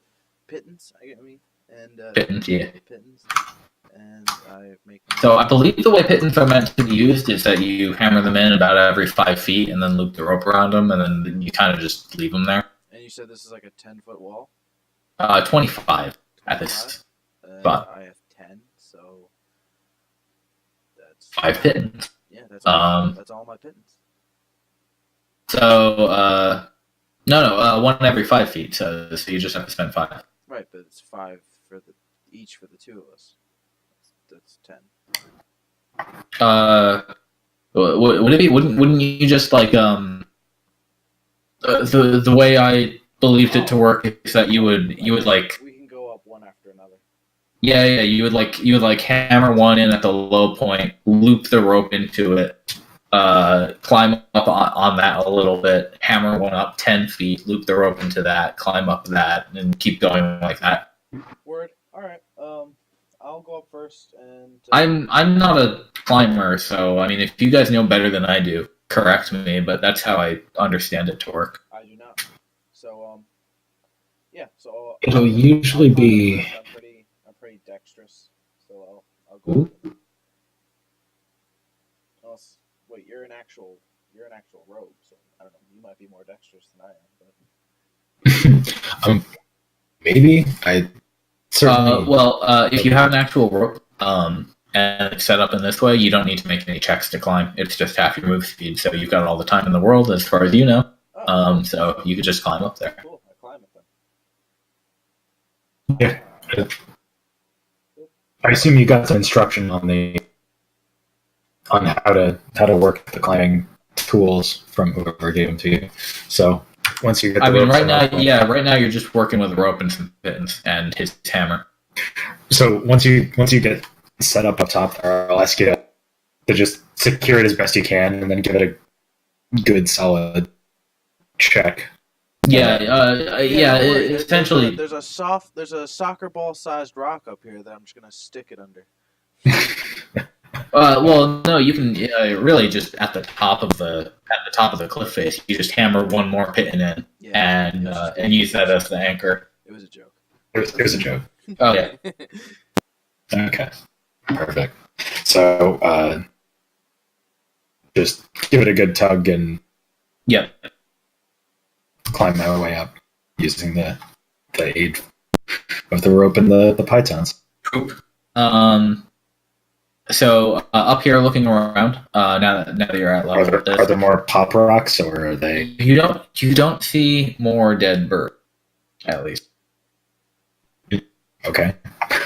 What do we see? You see, again, you're kind of at a landing point, and a little ways ahead of you, you see that there is a wide gouge in the hillside that goes down for some distance, pretty far, probably more than 50 feet. It's maybe 20 feet wide on average, and on the opposite side, you can see that large tree overhanging the edge, and that's about it. Okay. Is there? I guess just kind of slowly walk up the hill towards the next. Yeah, like if you try to like toss an object ahead of you, you'll find that you aren't dealing with a rock grenade situation anymore. Yeah. So we got okay. So is this like there's a gap here? It is a gap. Yes. How far down does it? You can see the bottom, but it's pretty far. You would judge it between like 60, 70 feet down. How tall is that tree? About as tall as it looks, maybe like 30, 40 feet. All right. The only thing I can think of is I'm gonna keep throwing my axe and hitting that tree on this side until it falls into the gorge and create a makeshift bridge. I can't think of it. So you want to I'm gonna be here all day. Remote tree chopping. Yeah, that's an interesting idea. I'm gonna get bored really quickly. Did you get a grappling hook with those climbing supplies, or was that something? Okay. Nobody obtained the grappling hook. That is our bad. So how wide is this gap here? About 20 feet. 20 feet. Oh. So you don't believe you'd be able to jump it, at least. Let's see. No wizard tricks for us. Yeah. So Arineis, your strength is 15. Ronku, your strength is 17. So yeah, neither of you can quite make a 20-foot gap. Although if you have a running start, with a running start, you go to your strength value, I believe. Not while encumbered, I can't. That's right, you're encumbered. I don't think being encumbered actually affects your long jump. You cover a number of feet up to your strength score if you get a running start. Can you run while encumbered? Yeah, absolutely. I mean, the idea is that you're always running in battle, right? Was it just half my movement speed or something? It's minus 10 feet from it.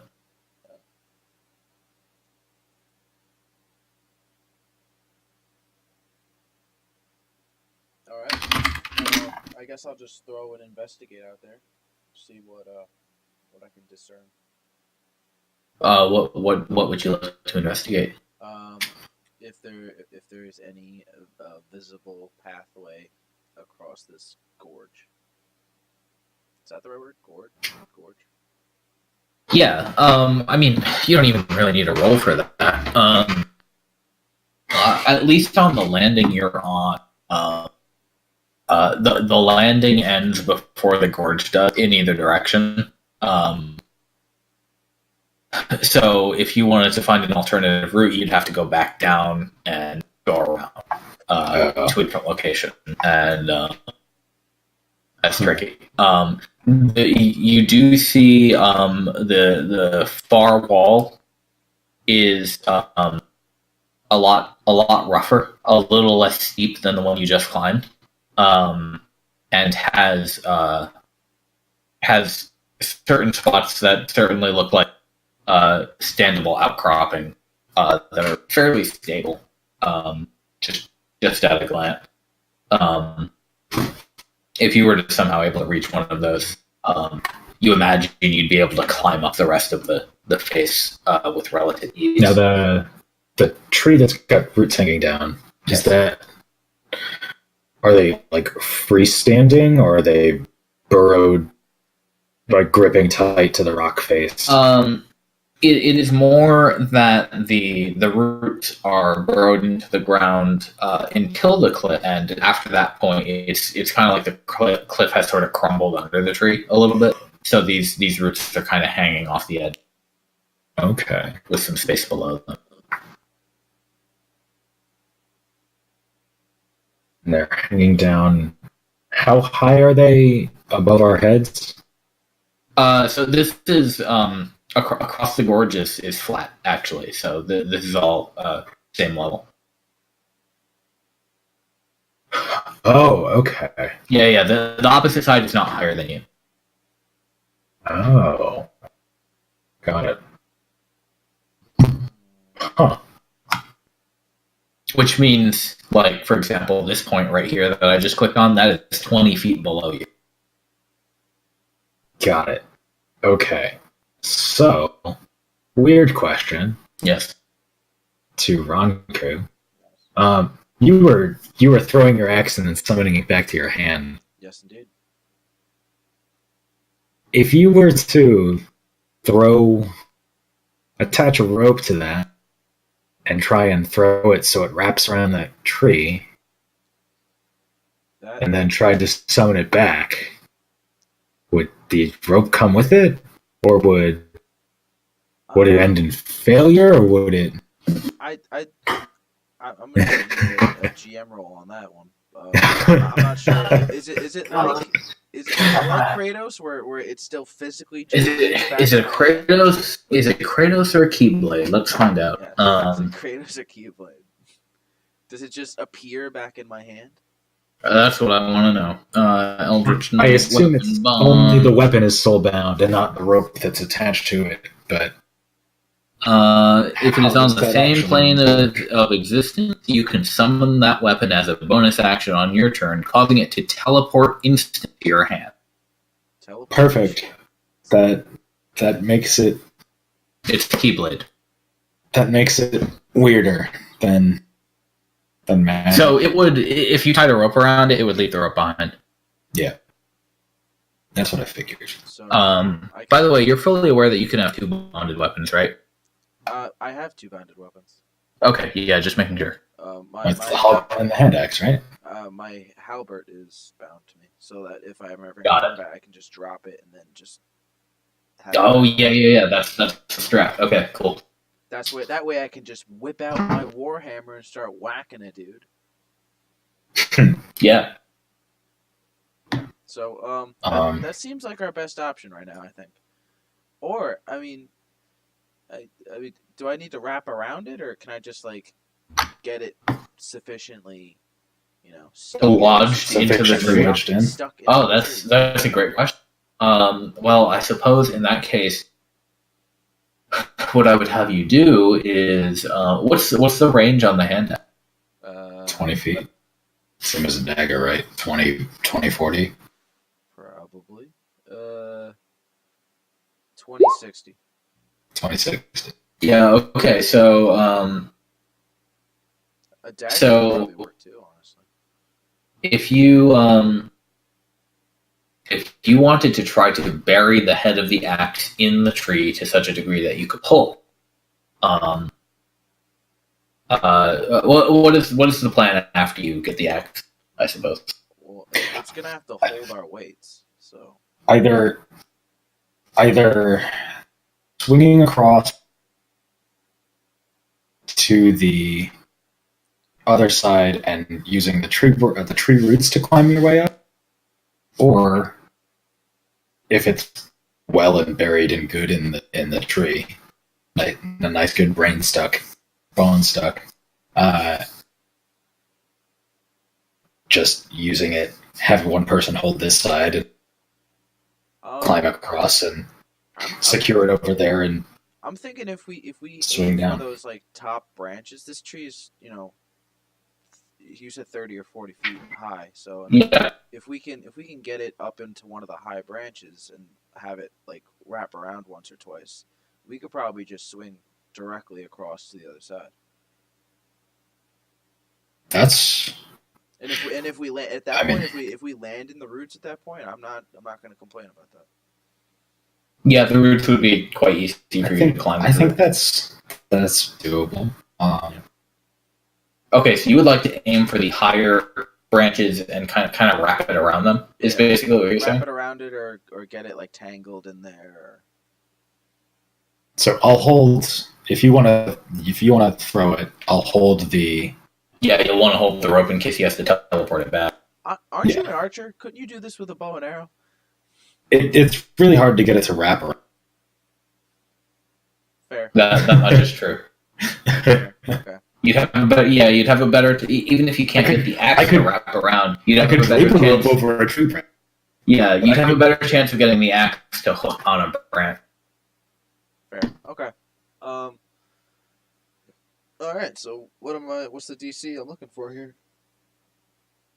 Well, let's 2K see. chance. If you are doing the What's this tree's AC? if you're doing the wrap strategy, I think. Let me take a look at the skill list. Because I don't know if I want to.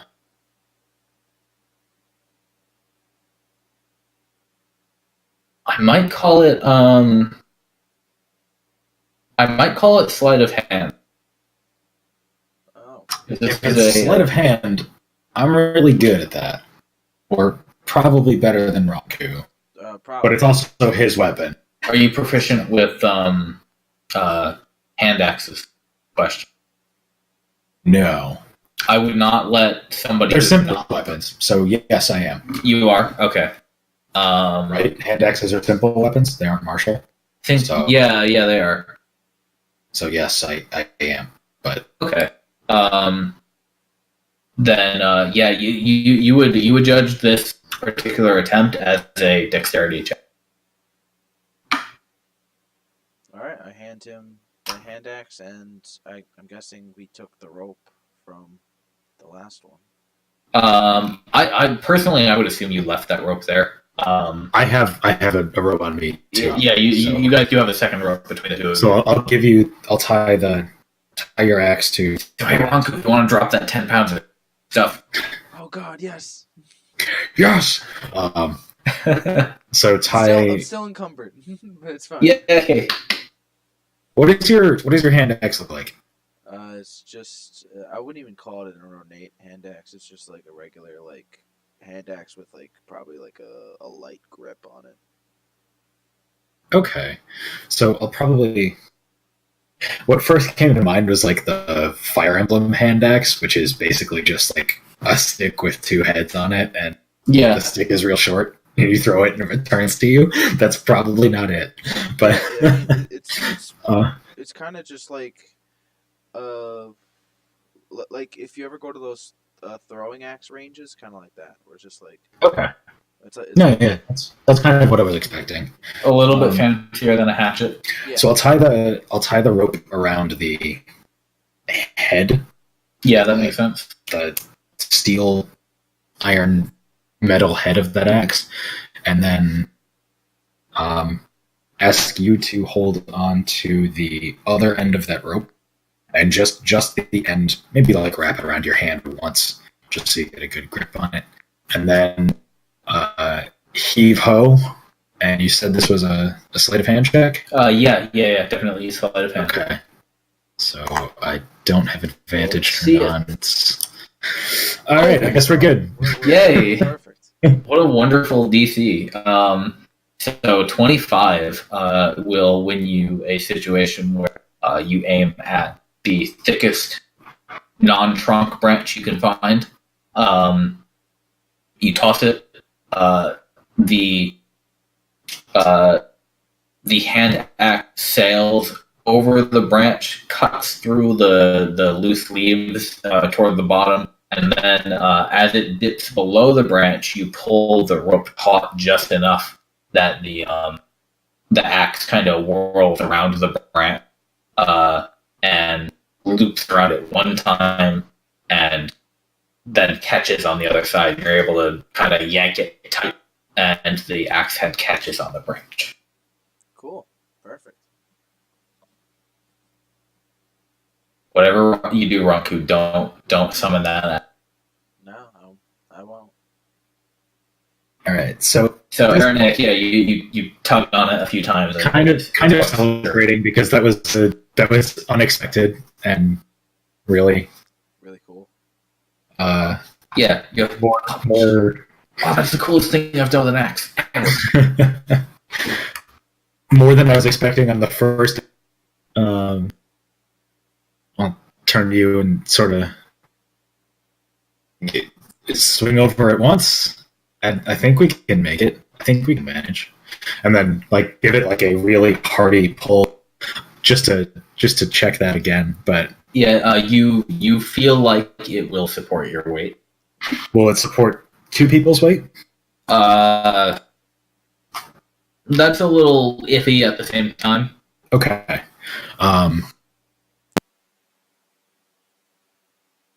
Oh, you know what? I think I've got something figured out. So I'll take the rope from you,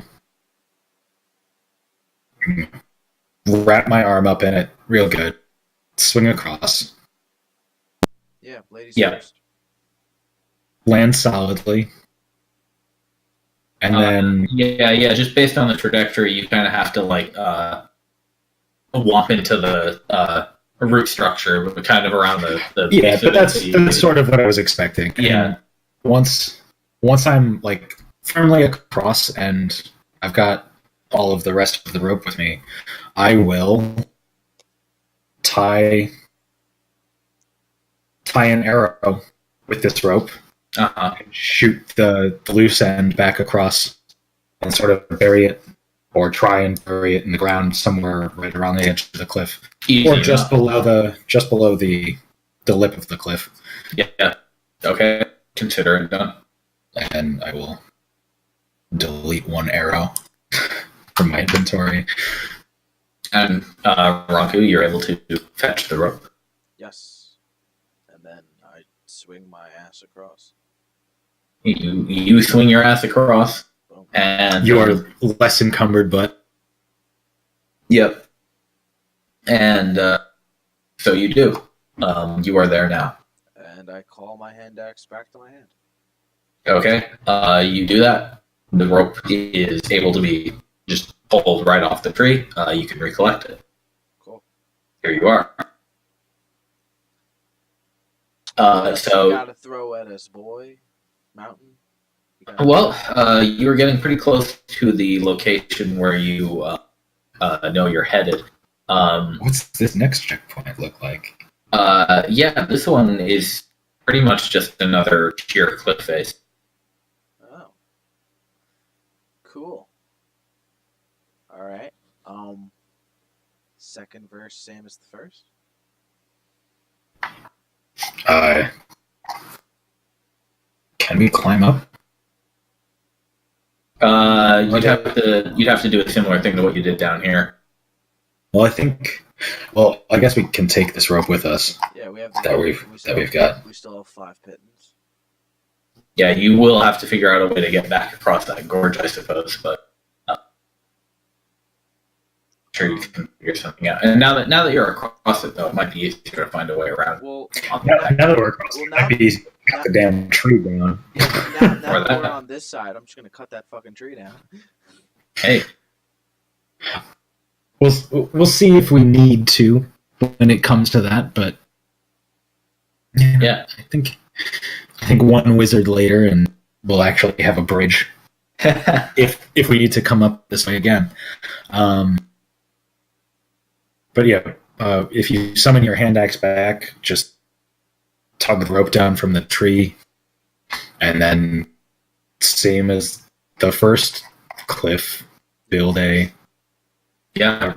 rope ladder. Readily assume you guys do that. So Ronku, you lead the way up there, and unless you guys have any complaints, we're up. No, I mean, is there anything that we can see that's interesting or an obstacle on this tier of the cliff face? It's pretty smooth going right here. I mean, you as you crest the cliff itself, you see the hill itself gets significantly steeper from here on out above you, and you see some points of interest.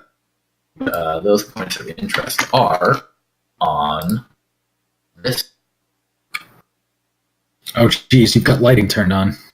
I sure do. Character toes. Gasp. Character. There you go.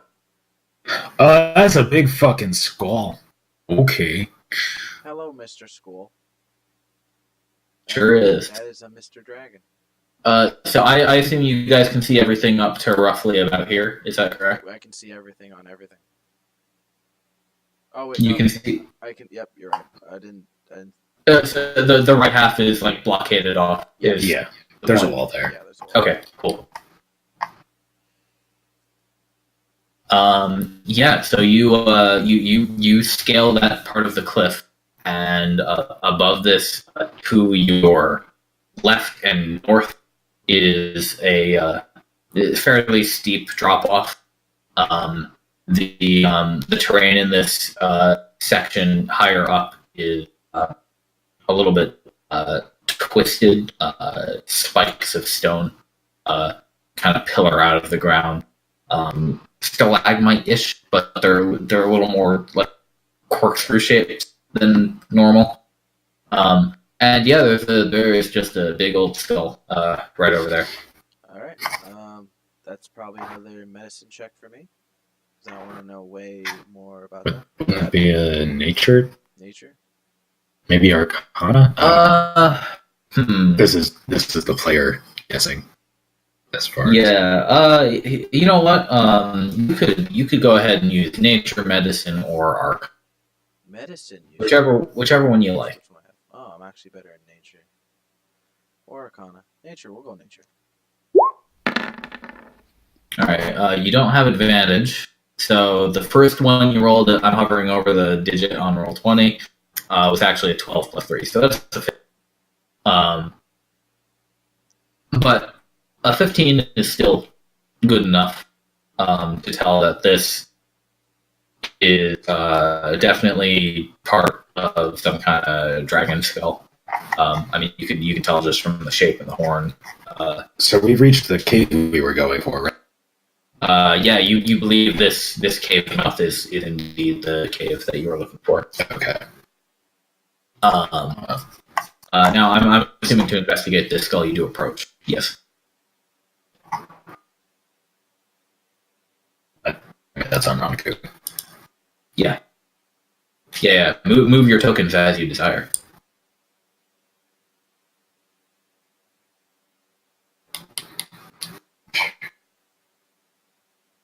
Move over here. Just kind of taking the space in. Yeah, okay. Because it's kind of weird, right? It's like... It is a little weird. It's like... Is this the landing we came from? And are yes. we inside a cave at this point with the skull, or is it just... No, you are on a landing that is kind of a... it's like a plateau-ish. So Okay. like it kind of drops off or on the other side downward. So you are on an edge of the mountainside that is rather steep and does not have many other exits. Basically.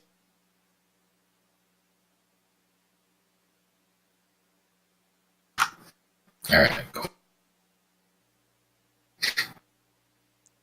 Sorry, did you tell us anything about the skull or not? Oh yeah, yeah. So taking a look at it, it is definitely some kind of dragon skull. You can tell that much. I mean, it's fucking huge, and it's going up on the wall. That might be your new wall. You're not sure how old it is. It looks like partially fossilized, maybe. Oh, okay. Well, sucks to be. How very Breath of the Wild. All right, well, go. And right there, where you're standing right now, you hear too late a slithering sound. Oh boy. Snacks. Snicker. Oh no. Oh no. Both of you are surprised. Hooray. And I would like you very much to roll initiative. Okay. This is why bad things just happen to me. Bad things happen. You know what they say? You've still got an advantage turned on. Oh. And you also rolled a strength check. And Yeah. yeah. Turn off your advantage there. Not the best initiative for those two. Make sure you click your token when you roll as well. There we go. Nice. Nice. So here's the deal with surprise, because it's not a commonly used thing. I know we talked about it the other day. Anyway, surprise will make it so that you cannot take actions or reactions on a turn that you're surprised, but surprise wears off as soon as your turn. So essentially what that means is Ronku and Arineis, you're not going to be able to... You basically lose your first turn. We can take reactions, right? You can take reactions after that. So essentially what this will do is it'll just skip us ahead in the initiative straight to the first creature. Which then... Ronku was the one who bothered them. Yep, I stepped up. So these two... they are... Are they Grix? They are Grix. How can you tell from that tiny token? I've seen this in a couple of different campaigns. Oh yeah, did you have to fight some in Storm King occasionally? I think Storm King and Horde of the Dragon Queen or Treasure. I don't remember if we did them in Dragon Queen, but yeah, maybe we did. Yeah, this is a it's basically a giant worm with beaks, with mouths, or mouths. Yeah, Tentacles. with a terrible beak, and the beak is surrounded by a quartet of tentacles that are tipped with what are essentially spears. Cool. They're fun. They are fun. So you are going to get a nice little poke from both sides. Come and get me, bitches. So these things just slither like a flash before you can notice them out of the eye socket and like the backside of the skull. And so you are suddenly surrounded. They are coiling up around you. The one from behind makes an attack and tries to, like I said, it basically has spear tips on the end of its tentacles around its beak. So it tries to actually flash you. That's an 8 to hit. That's no good. That's a no-go. Yeah. You're safe for now. So you fortunately have noticed the problem quickly enough to react to this one behind you, and the second one is an 18 hit you. Yes, does right. hit me. I cast shield. Do you have a shield? Yeah, okay. All right. You cast shield. So your AC is +5, Yep. including against the triggering attack. So that makes an 18 no longer hit. What is your AC now? 21. 21. Okay, cool. Until the start of his next turn, which is... Yeah. But right now. Or is it the next turn? It is until the start of your next turn. So basically, it goes away as soon as I hit the next button on initiative. Okay. Damn. So when you, I don't know if you've used it too many times before. What does it look like when you use shield? I like to think that it's like, just like a glowing kind of aura, like a glowing gold aura, and I just, Yeah. it's not like it's blocking it, but I just seem to move faster when the. Oh, okay, cool. That's cool. Yeah. So you get the Hercules glow. Yeah. And you just supernaturally dodge. All right, nice. So if you would like to say any cool words, now's the time because it's your turn, and you have successfully dodged these two attacks. Get your slimy little beaks away from me, and then I'm gonna use my halberd to give him the old. All right. Can I give you before you do that? I've already done. We'll use that roll if you decide to use your halberd still. But can I just say you are currently surrounded by enemies and no allies? That is a fact, but I mean, moving is just going to provoke, isn't it? Yeah. But I mean, the other thing that you said you never get to use.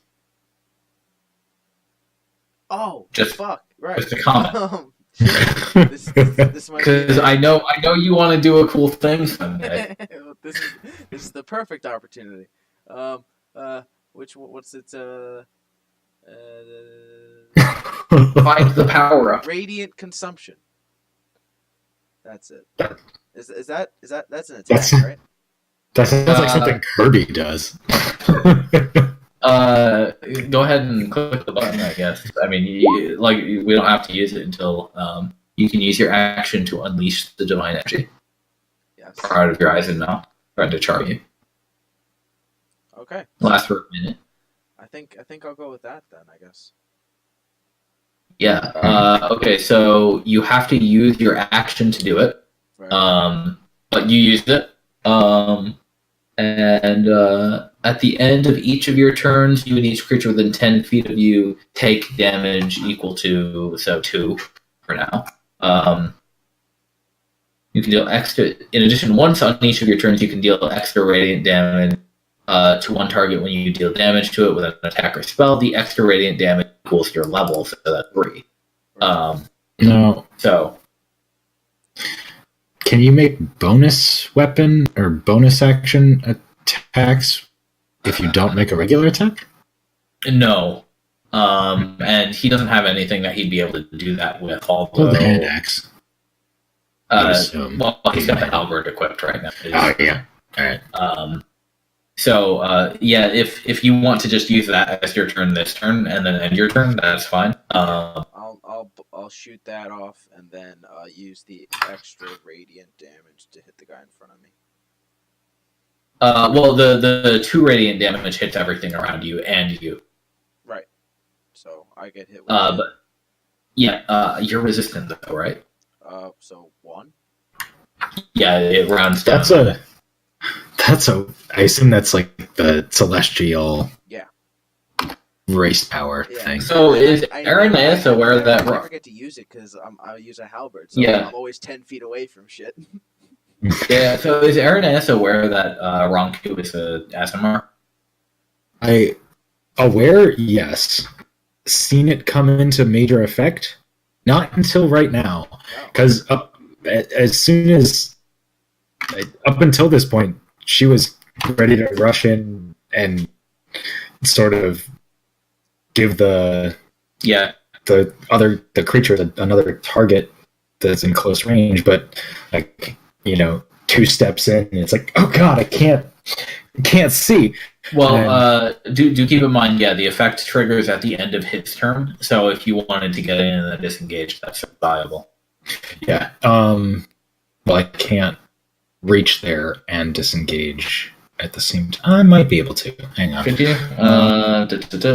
Oh yeah, that is exactly 30 right now. Well, it'll. Oh wait, no. Yes, it it is. real quick. It is exactly 30. 2, 3. And I want to know specifically what it looks like, Ronku, because this is the point where your spectral wings manifest, isn't it? No, this is fucking amazing. I never thought I'd be able to use this. All right, so we know that the halo comes out, the fucking baller ass halo. Did we discuss the wings or not? I believe we said either. Well, maybe it might depend on your power level. Perhaps at the level you're at now, they're little baby wings. You get a halo and baby wings. The wings get bigger as you get stronger and older and wiser. That's they're just little I tiny baby can dig wings. that for sure. They're like little eagle wings at this point. Yeah. All right, I like that image. And then, of course, every single orifice from your body is pouring out light. I would like it personally for flavor if my hair would, because I have like spiky gray hair, but I want it to just go full Goku yellow, just stand straight up. Absolutely. Yeah, this is how I pictured it in my mind. Yeah, at that point, I think the stuff coming out of like your face and everything might even be too much. It might just be that you get the halo, you get the hair, you get the wings, and you get like the eye. And yeah, well, how I had originally written it was that my eyes were just your eyes golden, but normally, they're normally very golden. But this is like they're actually glowing like suns. Yes. This is great. I love this. Good. These worms messed with the wrong adventuring group. All right. The wrong demigod. Yeah. Arineis, I believe it's your turn. Okay, so about to sort of rush to your help, I get blinded by the light. Sure. Yeah. We did it. Hang on, we did it right. No, it was under 3 seconds. Okay, we're safe. And just sort of kind of stop and stagger in place. And instead of the short sword, which I'm reaching for at the moment, I'll get out the short bow and stay here and go for the tentacle monster closest to me. Since that is just sort of reeling from this surprise and the sudden burst of light. Not that it really does.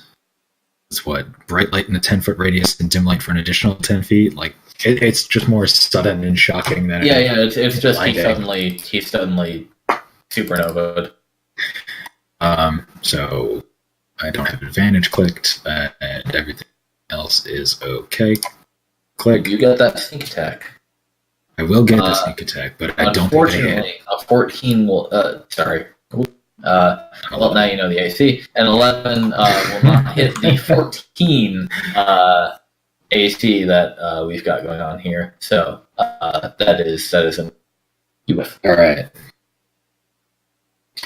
So, I think getting used to this light, I'll just try and move to a better position. Getting the one monster Got it. in between myself and Ronku. Okay. Yeah. And Yeah. Did you want a bonus action? Anything? No, I really can't. Okay. Not We'll feasible. move on then. So, unharried by the rogue, these Grits are going to keep attacking Ronku. They do not like what you've They created. do not want what you're selling. Yeah, and they would like to remove you from the equation. So, some more tentacles coming your way. 7 will not hit. So this one back here will kind of like slither up behind you that way, and this one here will go that way and try to just kind of get in your face. 15 still doesn't hit, does it? Doesn't hit. So I feel like that one is one that you were able to like catch on your armor directly and just like fucking punch it. Good. And in that case, we're back to your turn. That is back to your turn. I take 1 damage. No, it's at the end of your turn. That happened. Okay. I assume you're going to leave it active. Oh yeah. Because it's hilarious. Little howl I mean, slash. yes. Yeah, let's see. Damn it. Damn it. Yeah. All right. You swing, but these things are bouncing around every direction. They're just like wrapping around you over and over again, and you can't get a good hit on them. All right. Well, still get my radiant damage. You still get your 2 damage each. All right. So I think that's my turn now. Yeah. Now we're around Arineis. Okay. So I've had a little time to get used. Yeah. I'm gonna leave my short bow at this location. Okay. And then sort of try and not pin the stuff between the rock and the celestial, or the Azimar, but come 1, 2, 3. Okay. Just try and run it through, take off a tentacle maybe. Still no advantage because flanking rules are optional, but let's see what this does. I think that hits, right? Sure that does. Some damage. That does some tasty damages. 19 damage. Okay. And you got your Magical piercing in there, damage? right? Yeah. Magical piercing damage. That's 19 damage. You do in fact cleave a tentacle straight through, and it's not really a cleave so much as it is a pierce and lever, and that thing flops off onto the ground, and you harness a squeak out of the worm. All right, I'm gonna use my cunning action to disengage and get away from any rage-induced tentacle strikes. Yep. I was right here. Yeah. Okay. That might be thrown my way. Definitely. Well, I can tell you, this creature is going to try to follow you immediately. So it, you kind of tumble out of the way, and it just twists around and starts coming towards you for an attack with its 3 remaining tentacles. So we've got a 1, a 2. That does hit. Okay, It fair enough. Hit by a 15. I only take 8 slashing damage. Yes, you do. Okay. but because it hit with the tentacle, it does get to make a secondary attack. That's right. And Okay. it also hits, but it rolls It hits, garbage. rolls like garbage, and that's okay by me. Yeah. All right then. And it's the other one's turn. It's going to keep going for. Whoop. 19 to hit for 10 slashing damage. I'm going to use my reaction and move away because I have that.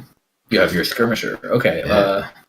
And it's turn within 5 feet of you. Okay, so you can move 15 feet away. Yeah. Cool. To basically move back to where I was. Okay. Are you sure you want to move into that divine fire? Yeah. I forgot about that math. All right.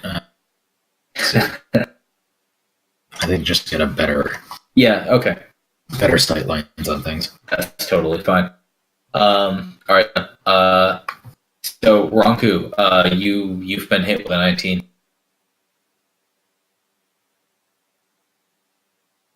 Are you there? Have you disappeared? Oh, hi. Are you doing laundry? Sorry. Hi. I think I'll use my other shield spell. Oh, okay. You're gonna use it again. All right then. Shield it is, Shield this. and you're safe. Can't let that boy hit me. They can't touch you. It's a bad boy. And then it's your turn again. You've caused this thing to waste every single one of its turns it's attempted. Yeah, what an idiot. Okay. I'm gonna The nerd. I'm going to attack the wounded one. Okay. And I can hit him from here, so Yeah, you can. give him the old whap. There we go. Hey. He needs to be within. He can't be within 5 feet. You know, I have to choke up on the halberd. I'm not used to it. It's a weird one. Yeah, I get it. When the further they are away, the more likely I am to hit them. Yeah. So that one you managed to just cut the halberd halfway through, yank it back up, and the thing falls down. All right, cool. And it takes radiant damage. So boom, got him. Boom, got him. And I do not. It just gets right? It gets smited. Yeah. Okay. Nice. Oh, hang on. We've got the item we can use for a smite. You're not a paladin. I'm not a paladin. But we've got that. It's a good one. I love these videos. Anyway. Those make me giggly. That's great. Does that end your turn? Yes, it does. Wait, actually. Alright. Actually. We've got more. No, it might be. Actually, do I want to? No, I think I'm gonna save it. Yeah, I'll save it. Okay. Sure thing. So I take 1 and he takes 2. Yes, sir. That thing's been being bled like a stuck pig. Or yeah, well, we haven't hit that one at all, aside from the burning in it. Yeah, 1, 2, 3. It's only a little bit. So I'm gonna swoop in here, give this a nice bop. Oh, I think it's dead. Let's see. Not That's a nice 8. That's a nice 14. I think that's 26 damage. That's or 22 damage. 22. Hey, lucky for you, this thing has 21 hit points right now, which means now it has 0 hit points. Got him. Can you tell me what happens when Arineis achieves this?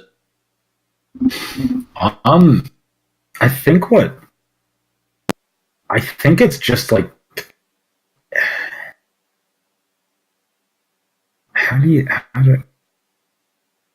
I think just like catching it by surprise right after Ronku lets out another one of those flares and just pinning the body straight through the ground. Very good. The worm body, like right behind. Yeah. You pin the worm body right behind the beak to the ground. It rides for 2 seconds under your weight and then stops. And then I guess once it stops, just pull out the sword and Fine and dandy. off and Things are good. something and turn towards Ronku and the bright lights. Yes. Yes. Are they stopped? Yes, of course. I turn my lights on. Okay. Okay. Much appreciated. Whew, that shit really takes the load out of me. They startled me. They spooked me. This is why you can't spook me. They spooked both of us. I've got to go back and collect my short bow there. That Sure, I left yeah. on the ground. You do it. And I think now I'll take the time to walk around the skull and try and see it from the other side. Okay, sure. Yeah, you I know carefully probably peer inside. You don't see any more snakies in there. I mean, it's certainly a. It's pretty open, yeah. Is there any cool stuff in there? Well, you don't find any cool stuff. I mean, the horns are partially buried in the dirt, as are some of the teeth. It looks like mostly just the top section of a skull. Well, I mean, the bone itself is pretty valuable if you can get it back to Smitty or Pontus. That is true. But that's a project for. Well, I'm assuming I can't carry it. I don't know what sort of weight you've applied to this, but I believe you would be unable to carry this yourself. that's what I figured. True. I really wanted to check. I have 67 free pounds until I'm heavily encumbered. Or I can push, drag, or lift. What was that? What if you push, drag, or lift? That's the question. That's true. If you can add enough to my 900, we might be able to unbury one tooth.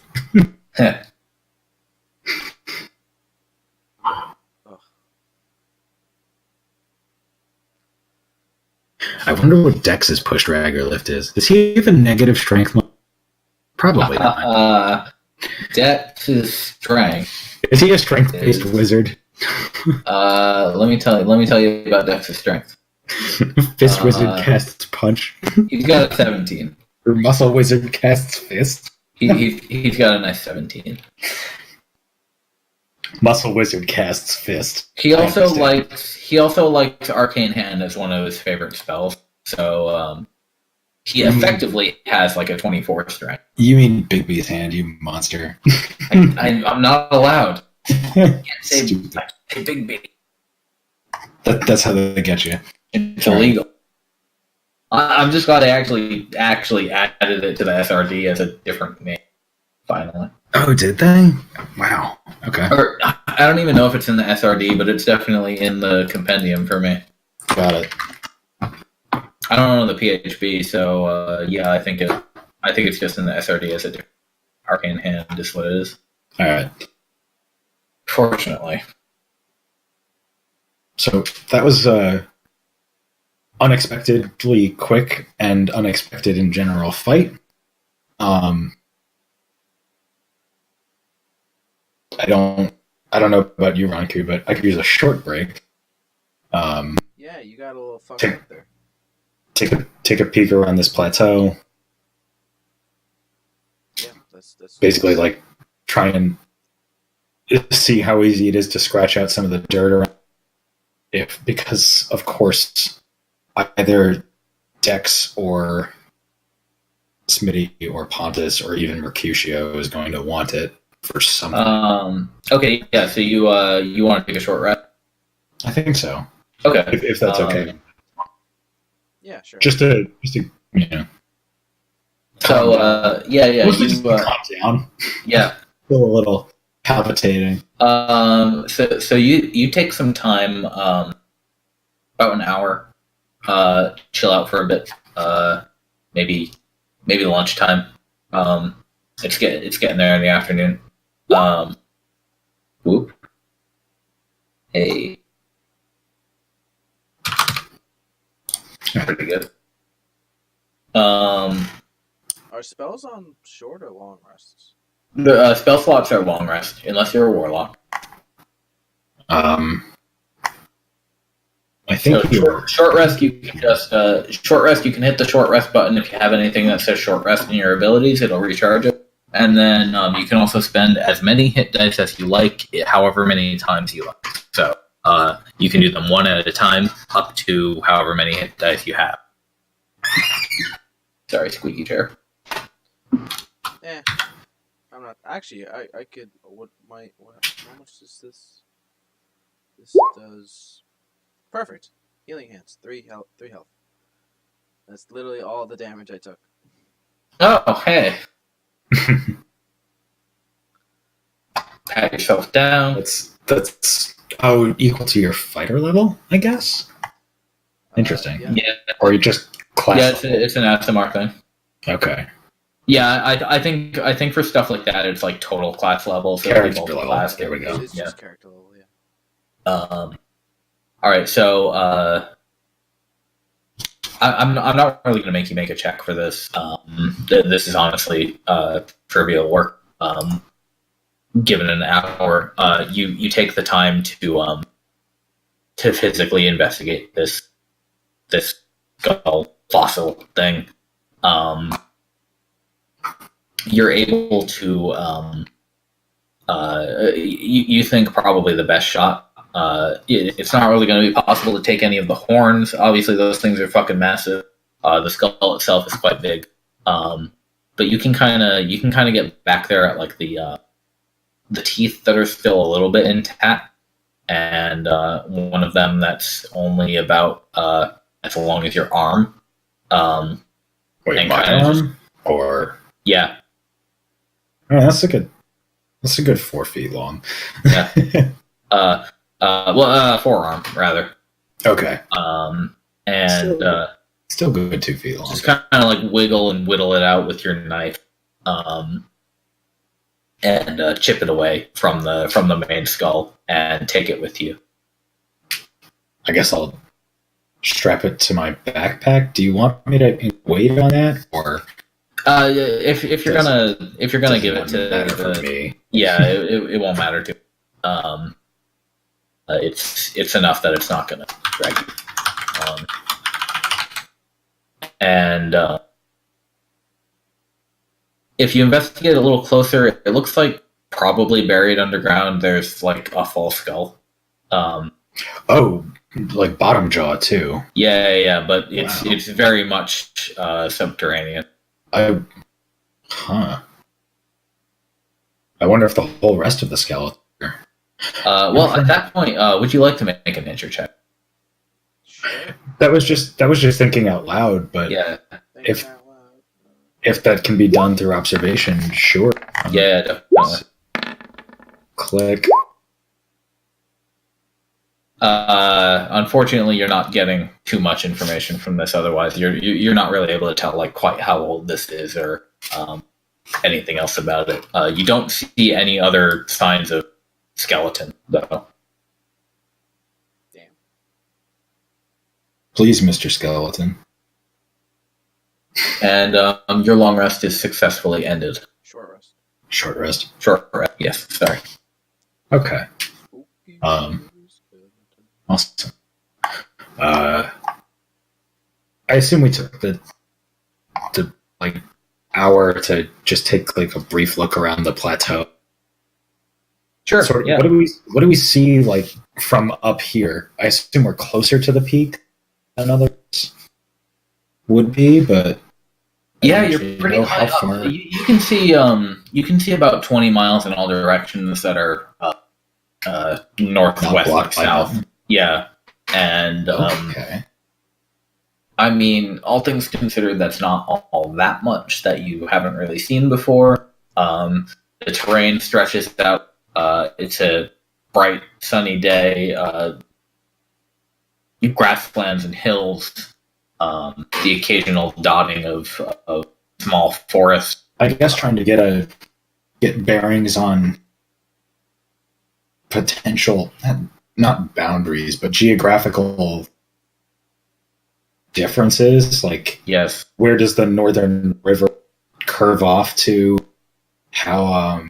Yeah, unfortunately, you can only so I'm just going by the book rules on the from a height on a clear day. I believe it. You know what? Let me double check because I'm not sure if 20 or 200. I mean, I can't see fine detail, but like large. Yeah. That's features. what I want to figure out. There's a couple of places in the United States vision and very light. tall, and you can see very far. Line sight, true sight, food, water.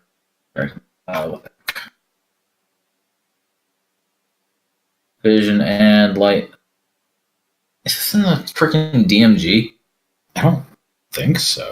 All right, well, it's apparently not in the player's handbook. So you know what? Just because I want to make sure I'm giving you the correct information, I got to go get my DMG real quick. Hang on. All right. I almost feel sorry or feel bad about asking.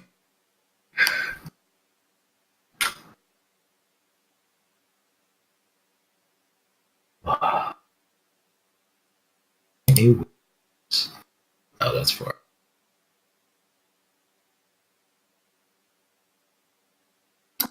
Hello. All right. Greeting. So what we're looking at here is visibility. Page 117 or page 200. I think 100.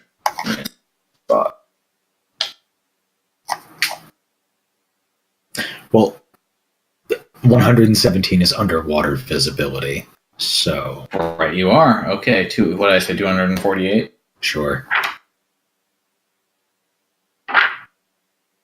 Okay. I don't think that was what I said. I don't know. You've got the index. I sure do. 243. Visibility outdoors. Characters can see about 2 miles in any direction. Clear day until obstructed. On a clear day, the characters can see 40 miles if they are atop a mountain or tall hill. Otherwise, they will look down on the area around their height. Okay, so 40, not 20. So let me tell you what. That's pretty far. So let me tell you what you see in 40. So it's these mostly are north that we haven't explored to that extent, right? Beyond the here we go. I can show you what 40 amounts to. Oh, jeez. That is pretty far, yeah. Aren't we? So for the most part, yeah. Yeah. Let's do it that way. So. Oh wow, that is. You know what? I will. I thought. Actually. I will give you these 6 hexes right now. Okay. And then yeah, everything else is pretty well explored. Okay. Yeah. But yeah, like you can see the Lapara site from here, which is definitely a thing. I forgot how large each hex was. These are big hexes. Yeah, they're 6 miles each. So it's quite a lot. I don't think you guys have been down here. But from here, I don't think we've ever been down to the mountain range back here. Yeah, but you can see like the cliffs in that direction. Yeah, you can see. Obviously, you can see Keep Silex right below you.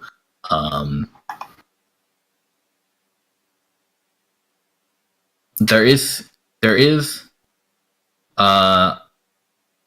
I will say there are a couple things you see that catch your interest.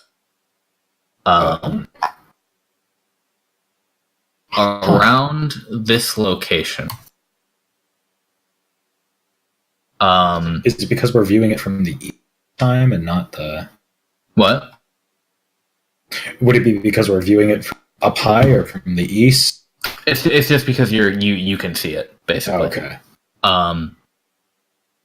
around this direction, you see what kind of looks like a hill, where there wasn't one before. Where there wasn't one before. Yeah, you've crossed this terrain before, and briefly, but yes. You see like a notable like not really a mountain, but like definitely a object that wasn't around there before. It's just like a bump on the horizon for you. Huh. And then you can see a little bit southeast. So like if you take a good look around that direction and just kind of try to scout out around the south, you see how would I describe it?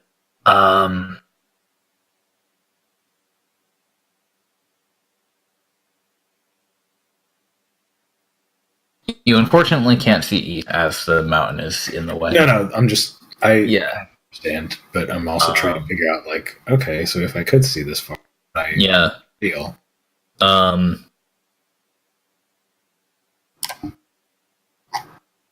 In a big old hex. You seem to see some kind of floating object, like as though you would measure it maybe the same size as Keep Silex, maybe bigger. And it floating. It is not touching the ground, as far as you can tell from where you are. Oh. Huh. Like how large are we talking? Again, hard to tell distance, but just like large structure or structure, like again, like probably roughly at biggest, you would guess maybe twice the size of Keep Silex. Smallest, you would guess about the same. Okay. Somewhere in that range. Okay. That kind of rules out. And you only notice it because you can like see a weird shadow that it casts, and you're just like, that's for how clear not, it is. Yeah, and you're just like, that's not how that shadow should work. For an object like that. Because you eventually figure out that it's like not touching the ground. The one thing that came to mind was like that's gonna sound kind of metagamey, but for being a Goliath, it's like a cloud giant structure.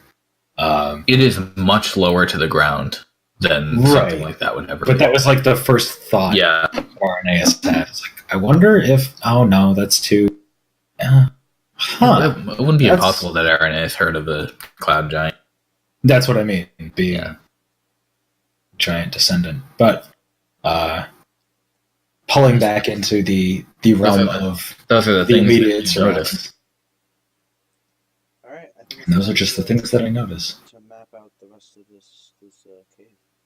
All right, let me just write those down. Sure. Yeah, and then if you guys want to explore as you desire, feel free. I'm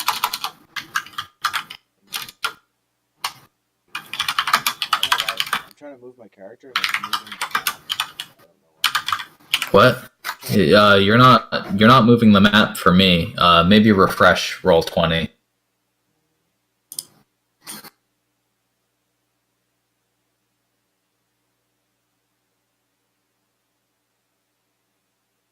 So to up to the cave mouth, there's just kind of a natural path in the cliff. Very gentle incline sloping up. It's easy enough for you guys to just climb right up. Okay. But this does. What was that? It does look like the cave that we saw below. You're pretty confident it's the spot, yeah. It's not really been any difficult measure for you to kind of chart out a path up the mountain and relatively aim yourselves at that. All right.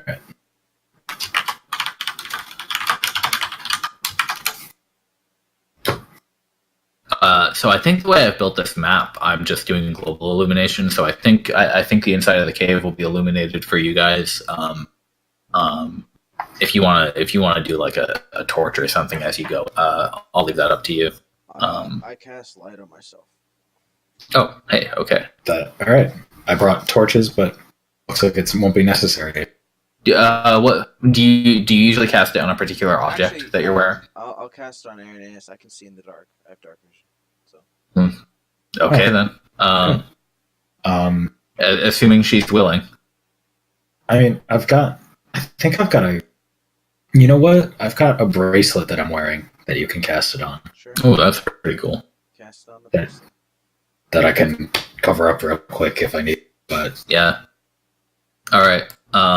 So you guys are able to proceed to the cave mouth with these. Yeah. It's still midday, right? Or yeah, about that. Early afternoon. Yeah, you're getting there. Okay. You imagine at this rate, if it doesn't take too long in whatever this cave is, you'll probably make it back to the keep before sundown. Assuming you can find your way back over that door. So it's not currently as bright as it was when you noticed it the other night. But just stepping into the mouth of this cave, you do notice there is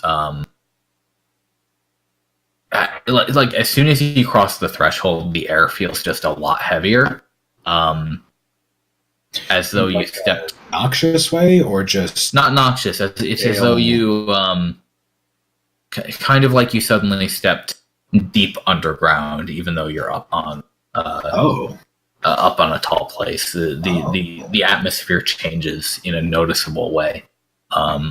Just taking the step forward, and you notice not really flickering is the wrong word, but similar phenomenon to flickering. Very soft blue colored light coming from the back of the cave, or as far as you can deeper into the cave.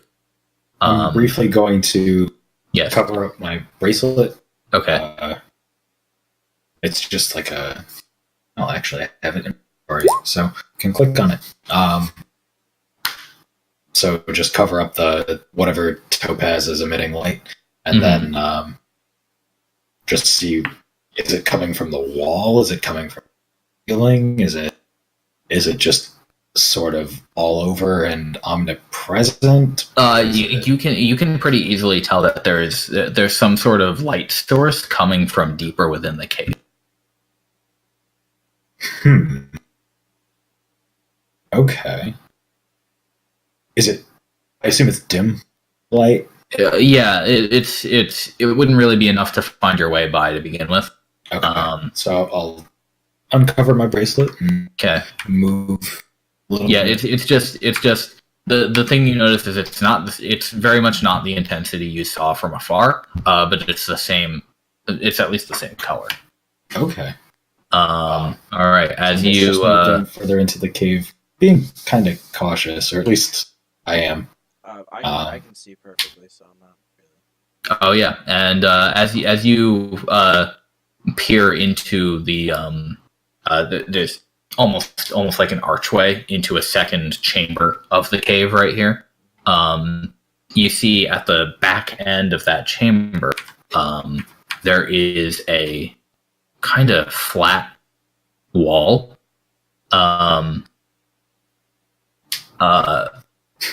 Where there are softly glowing blue runes in circular patterns on the floor and on the wall, and they're not contiguous with the rock. They are moving, and every so often one of them will change. They're moving like the gears of a clock, although very, very slow. Interesting. Huh. Alright. I guess I move forward a little bit. Sure. Can the both of you make a deception check real quick? Deception? Deception? Yeah. Sure. Like with a D? Yep. That is the one that I said. Okay. just making sure. Yeah. Oh boy. Oh, I think I double clicked. Okay. Well, we got the first one.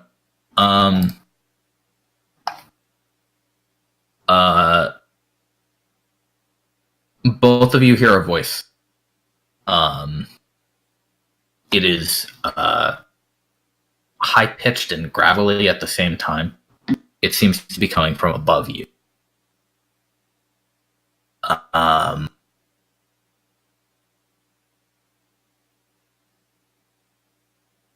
And it says, I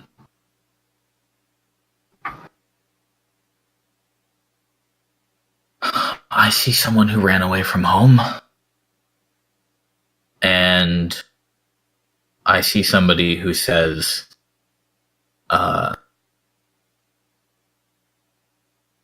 who doesn't say everything about their home. What are these two? It seems to think for a moment, and for some reason it says humans doing here. The voice echoes off the cave walls. You both hear it. It's you believe it to be a real voice indeed. I think at this, Arineis is going to strike up just as a... All right. Potential deterrent. You even though you have the light already, you also immediately just whip out a torch and strike it and hold it up. And in the now warm red glow of that light, if you look up at the cave ceiling, you see gleaming off,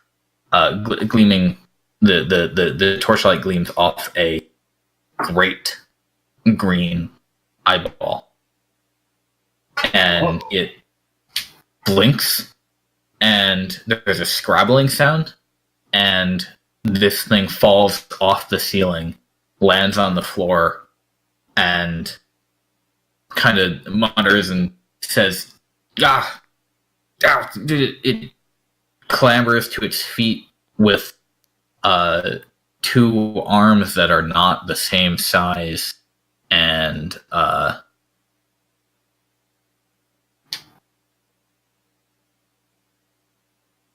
I'm sorry, I can't. Hang on. That's a very spoken. Don't worry.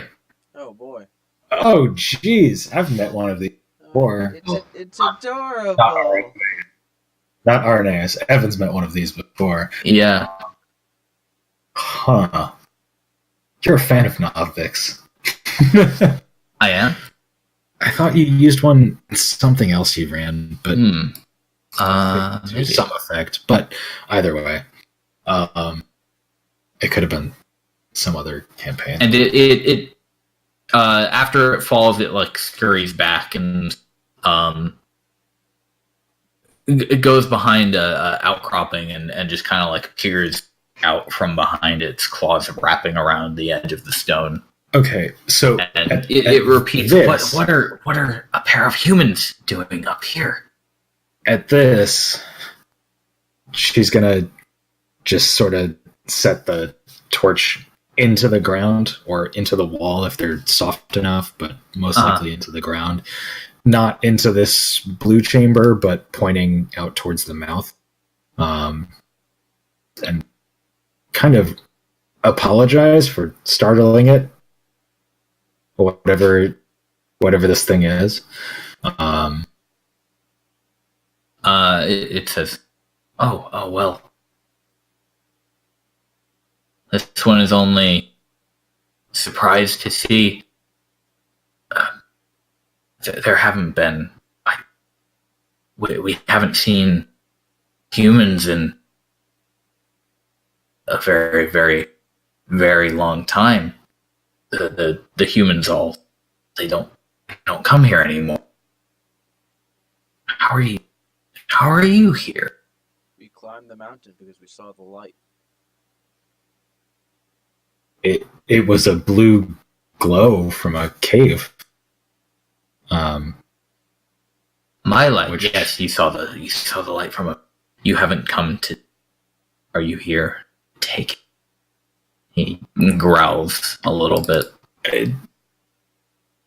No, Mostly just curious what was making it.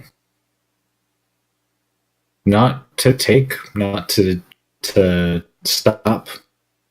It's the eyeball that comprises the majority of its vast head wobbles with a nod, and it says, "Yes, you are curious ones. See that." How did you know? You spoke as if you knew us. How did you know? How do you know of us? It laughs a little bit to itself. Just says, "It's easy to see."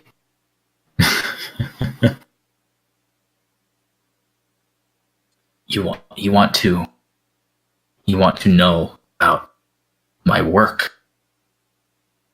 The light, you call it a light. It's much more than just light, you see.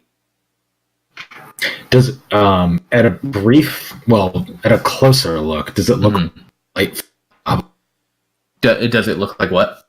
The light that comes from the obelisks?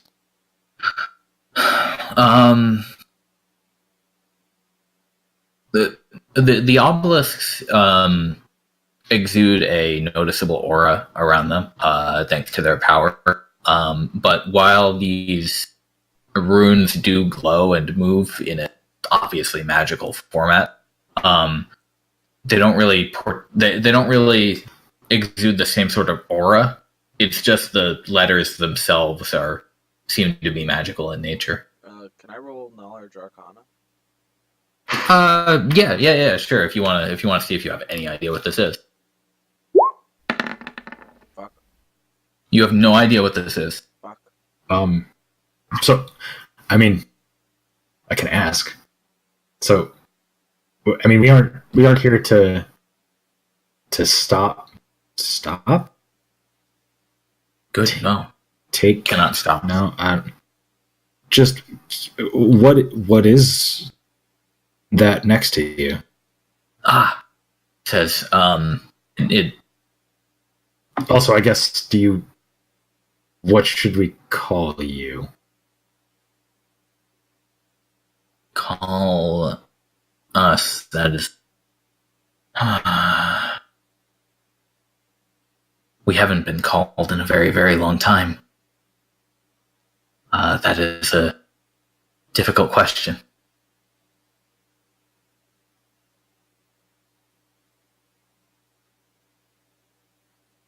Hang on, you provided a handy dandy image of. I did provide a handy dandy image. Gothic. Oh, please don't do this. Maybe his name is Nothing. Or just Green Eye? I don't. There's part of me that really wants crass. You want what? There's a part of me that really wants to be crass and use an obvious characteristic, name something, and then there's a part of me that's like, I don't know what my character would do about that. Anyways. I'd probably just but call he ugly. Call him what? Ugly. And that's sort of endearing. Sorry, I didn't hear that. It was ugly. Ugly. Sort of endearing, but that might just be the weird smile that you've drawn on your... It's, when it talks, it really only looks like a smile because of the twisted shape of this creature's head, and the one great eye protruding out in an uneven, asymmetric format, out from its hunched back, where the spine protrudes and the whole body is hunched over thin legs and thick misshapen arms where the claws hang down very low. And you're not sure how the hell this thing got on the ceiling. It must be far more agile than it looks. But it just blinks slowly and then looks back toward the runes on the wall and takes about one step out from behind the cover it was lurking behind, and it says, you want to know what we work for? Yes. What? Who? How? We've worked for this forever, and it is our reason for being. And when the work is complete, we will understand the truth of it. The truth of what? The work. What work? This. It waves at the runes, and it kind of just like touches one of the ones that's moving gently on the wall, and as it touches it, its claw like taps the rune, and the rune kind of it's like it distorts in air, like touching a CRT. So you're doing the work to figure out why you're doing the work? It blinks again and looks back at you. Pupil focuses on you. It says, when we're able to complete it, we will find out everything about this and what it is for.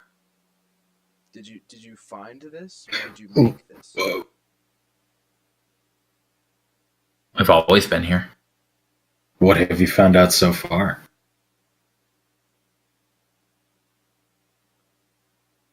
You're curious humans. Well, that comes with the territory, I guess. But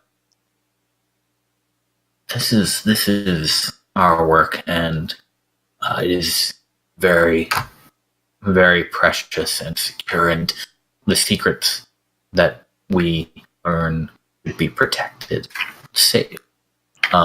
If perhaps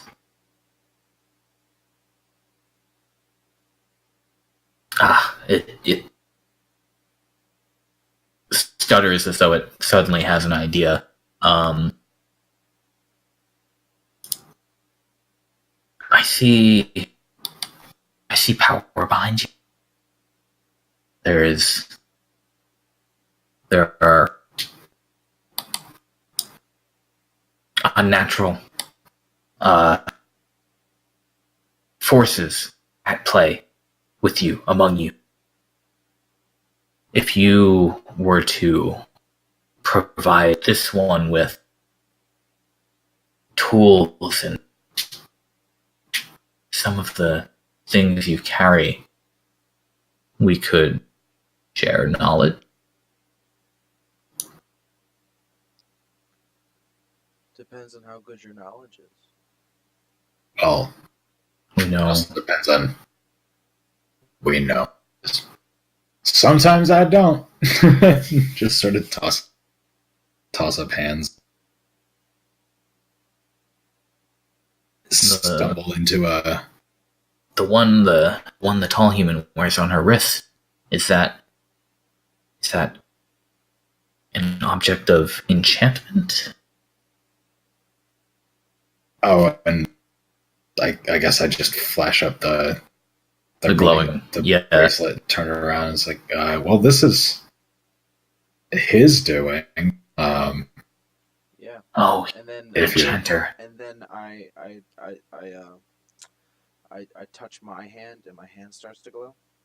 Okay, so you switch it to a different one. Yeah, I switch it to my hand. He's the one who understands the workings of things. Very good. So he's just talking about magic. Yeah. You get the idea that's what he's interested in. If anyone, Dex would love to know that this place exists, which I kind of not mutter under my breath, but say in a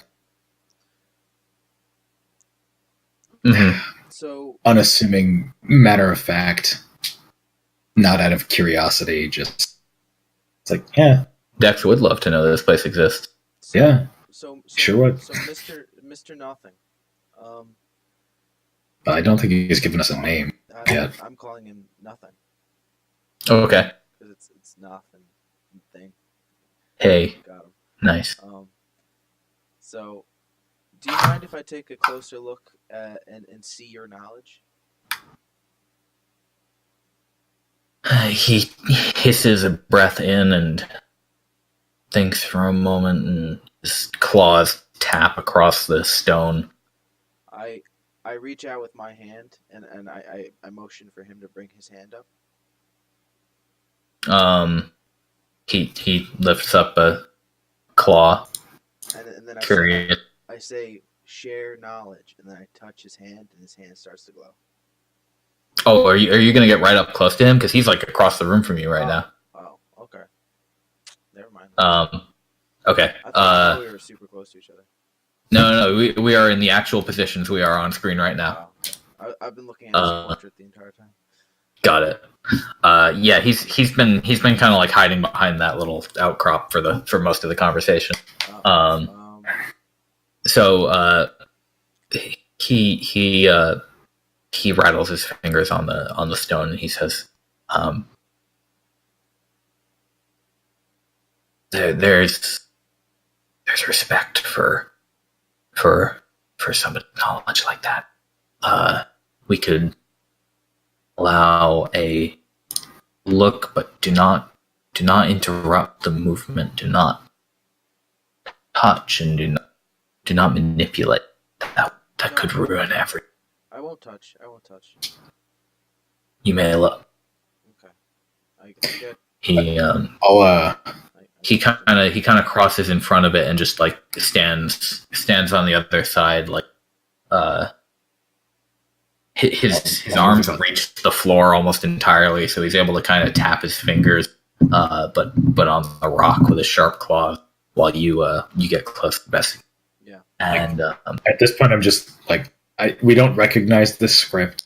Yeah, we don't. No, it's something weird and arcane. Yeah. So I take out my notebook and I start trying to copy down as best as I can the is the shapes that I see. Okay. Is the script itself changing? Every so often, like it's probably only happened about 3 or 4 times since you've walked in here. One of the letters will change to something else, and sometimes it's very subtle. Other times it changes to something completely different. Okay. Well, I'll try and document those changes as well. Okay. So, Ronku, you pull out a paper and a pen, and the creature kind of peers up and over around you. He's not getting close to you, but he's kind of like looking at what you're doing, and he you select a rune, and he follows your line of sight and looks at the same rune that you're looking at, and you sketch it in the notebook. And as soon as you complete your sketch of it, it changes to something completely different, and as though it were like a series of cogs. The particular cog that ring of letters is on, that contains the letter that you sketched, jolts by significantly more than it was a moment ago. And the creature cries out in shock, and it says, "Gah! No, that's not. No, stop what you just did. Don't do that." Oh, sorry. I was just trying to copy. No, that would. Oh, no. We said look, not manipulate the But manipulation. I didn't touch it. You don't need to. One does not need to touch to manipulate. It's bigger than that, stronger than that. Oh, You, I'm sorry. you have. Yeah, well, not sure if it needs repairs or progress. We will see. You I will not manipulate anymore. good. We can forgive this one, I mean, I've had, but no more. Thank you. I've had thank you for being sort of arms crossed over my chest for the last 5 minutes or so, just because I don't know what's happening, and I don't really want to screw up and touch anything. But there is an alcove behind me There that we is. couldn't see when we entered this cavern. Is there anything of note in there?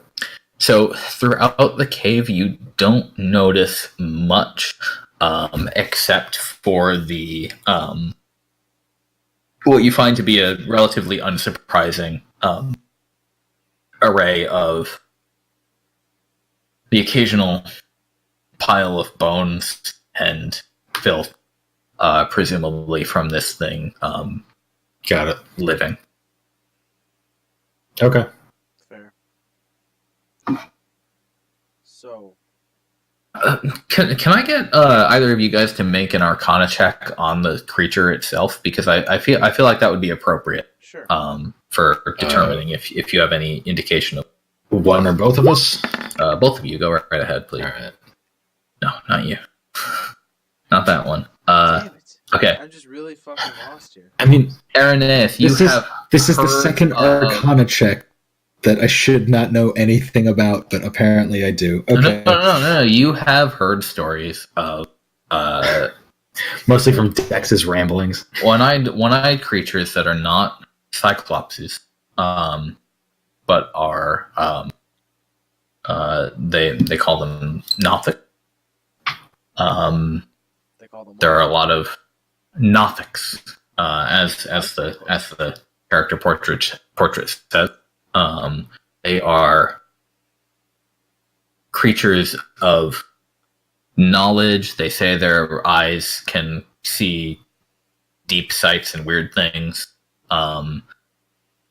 Rumors abound from your knowledge. Again, this is stuff you would have pulled in, not so much academically, but as a fairy tale sort of thing. Say they can see into your soul. They can see the future. Some of them, mostly, they are portrayed as kind of a oracle status sometimes, or a you might have heard a fairy tale about one that lived in a giant library and was the jealous guardian of all the knowledge within. You know what? That sounds more familiar than some of the other things you said. Kind of more like a wizard servant sounds wrong. But the stories go, at least that story went, that one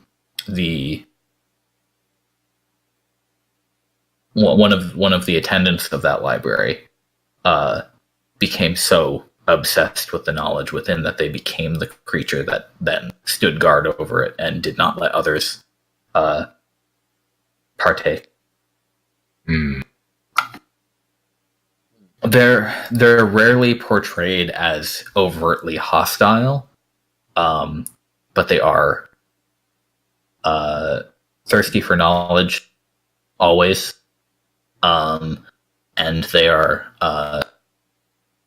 not directly hostile again, but Protective. jealous and protective, yeah, of the things that they believe that they own. Got it. Fair. Okay. So what would you like us to call you? He wavers for a second and says, "Not sure." The only name which is important is the work here.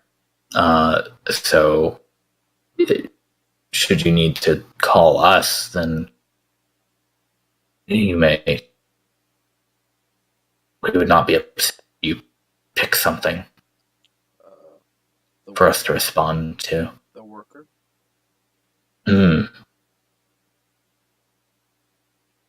Very well. Okay. I'm going to call you the worker.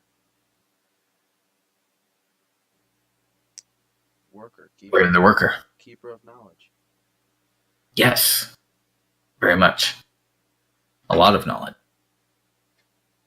You are a very knowledgeable man. That is correct.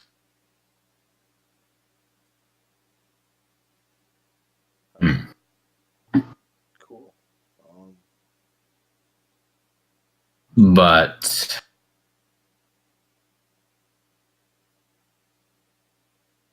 humans who want to know knowledge should have to give knowledge or useful thing term. Of course. I will share knowledge. Yes. Then he sits down and then do you want to know what would you have us tell? Explain to me your work. We explained much of what we do already. Do you manipulate the rooms? Sometimes it would be impossible to tell what they did without manipulation, but it is unknown if manipulation will lead to the end or if it only is a set. What is the end? We will know. End of the not experiment. That sounds. What is the end? The end is the same as the truth. What is the goal? Learn the truth. Reach the truth, then we will know it. I see. Thank you for your knowledge. In return, I will share some knowledge. And then, yes, we have something we would like to know. What is it that you wish to know? You humans, and the people you've mentioned waiting for you back where you came from. How have you come to be here? We came here by ships. Over water. Yes, over water. Oh, over water. That is far away from this place. Yes, very. It sure is. We walked here and then up the mountain. But by the... Yes. We came by boat and then by foot and then... Not alone. No. Not only us two, no. There are many of us.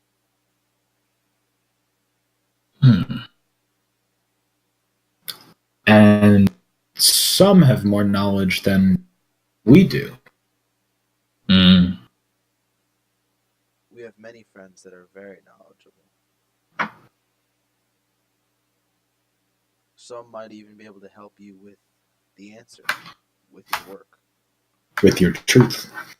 We will be the judge of that, I think. But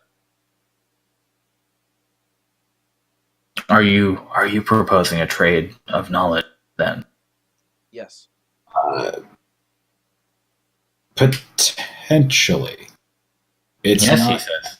our decision, right? Subordinates. Yes, this one Correct. understands.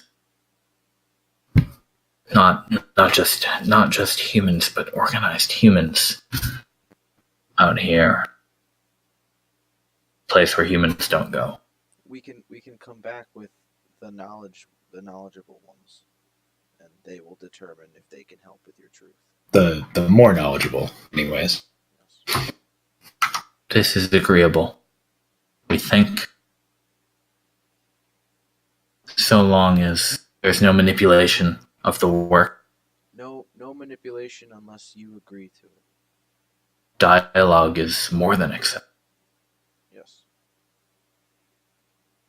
And if, in return for us helping, we may ask you to help us. We can provide much knowledge. You need only to ask. But let us see what you can provide for us before we go any further. That is agreeable.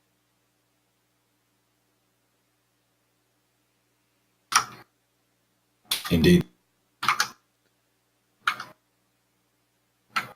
So we will return to here in a few days. Soon, yes. Soon. Very well.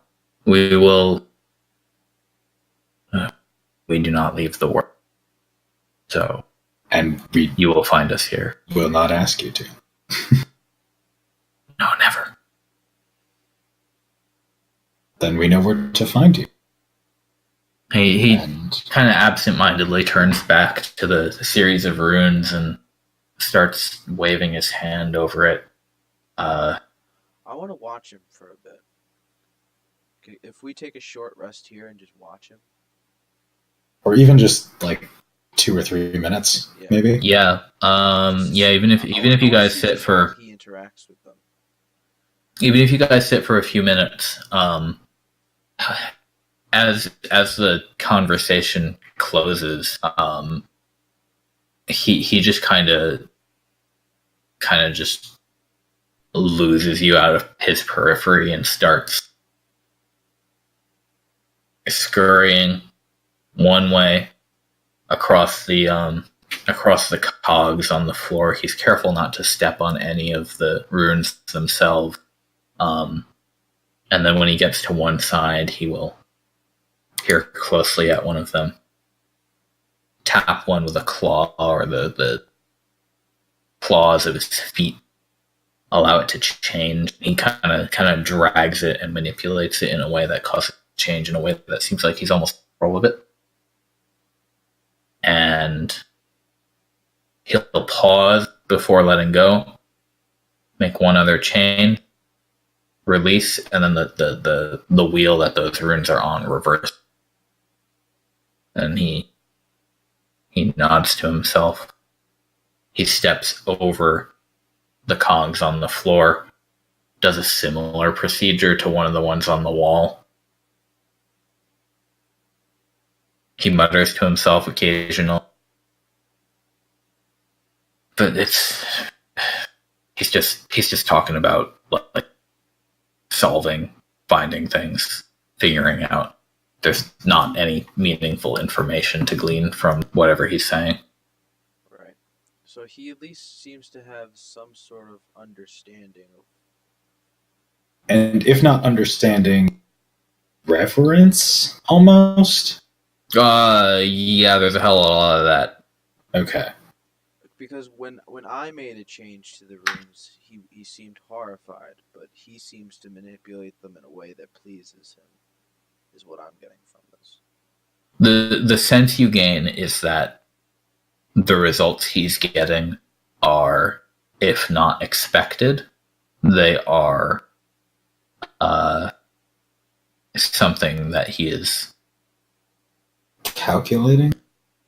Yeah, that would be an accurate word. The thing you managed to do to this structure was severely unexpected, and from what seems to be his perspective, may have Damaged it. damaged something that he was tempted to do. Ah, okay. We'll have to be careful not to do any of that in the future. Don't draw them. Which is weird. That's the part that gets me.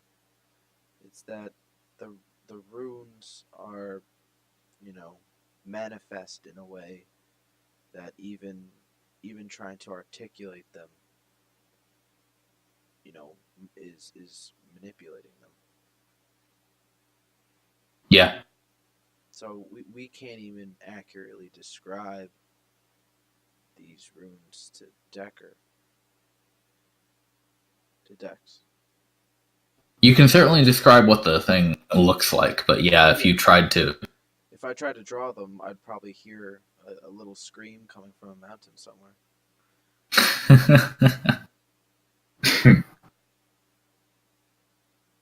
Yeah, so we'll have to bring Dex back here and see what he has to say about it. All right. Maybe even Van wants to come and hang out with his new one-eyed friend. 2 eyeball monsters at the same time. Yes, he has much knowledge that they might want to share. Yeah. Yeah, sure. Van's got a lot of knowledge, sure. Yeah, he shoots a laser and this guy's going to cream his pants. It's true. You're right. And if worse comes to worse, Van can just literally petrify him and then... We've used that to solve a lot of problems. Yikes.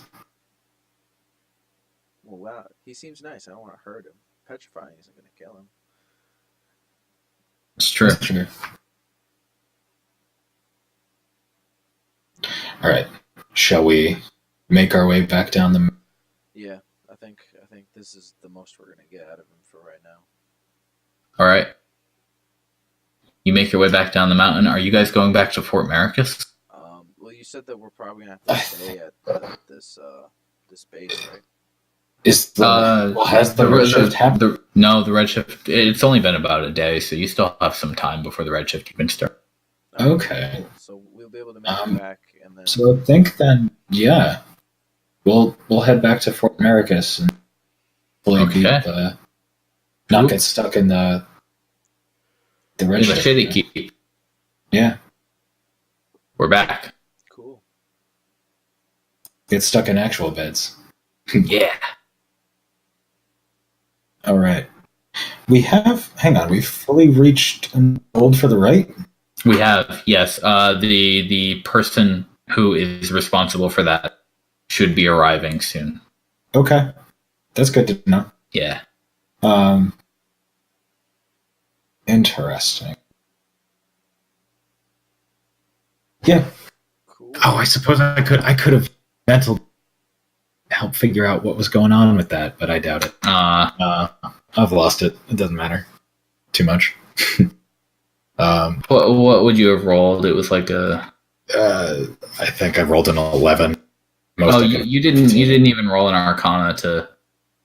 That was for the person. That was right.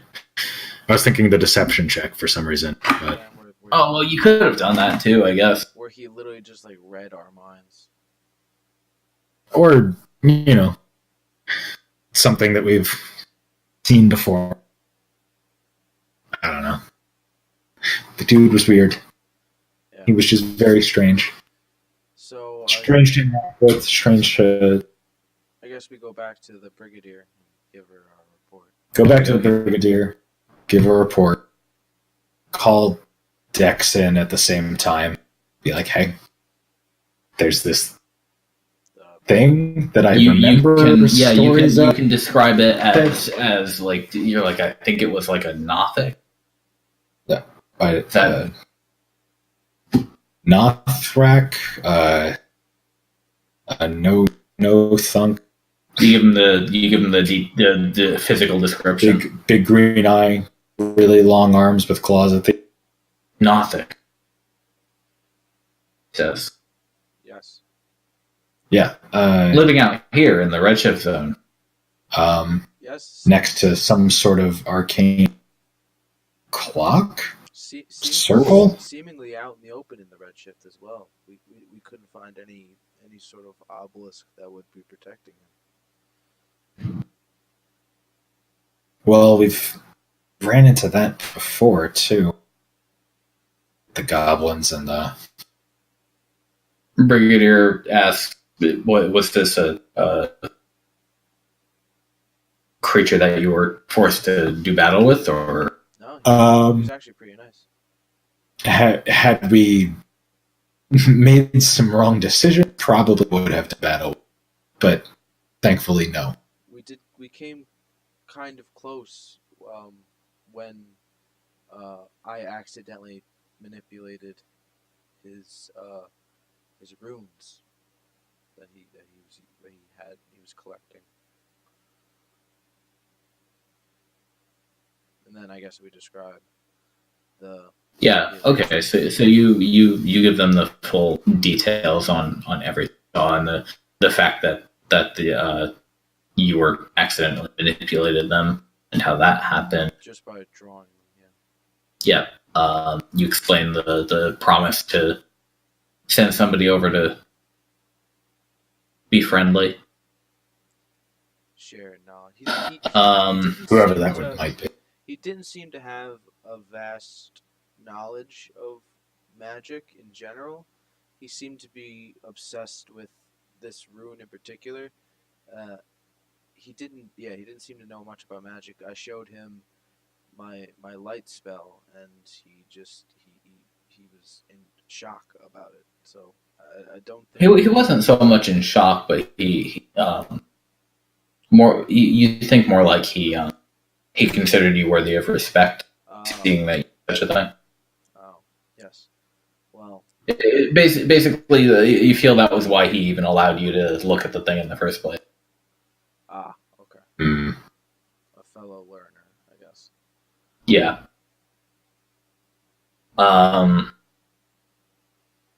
Lucien looks at her wizard and it's just like, well,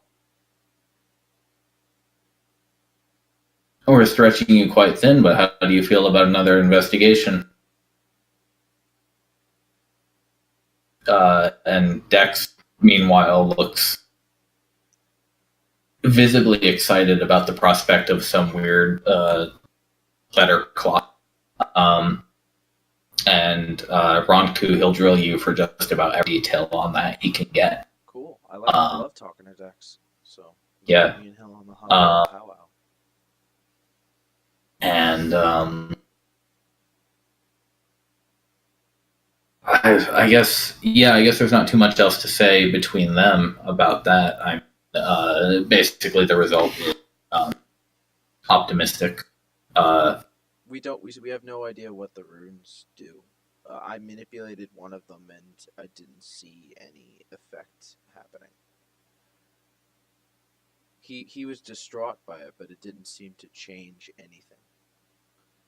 So then there is some magical secret in that mountain.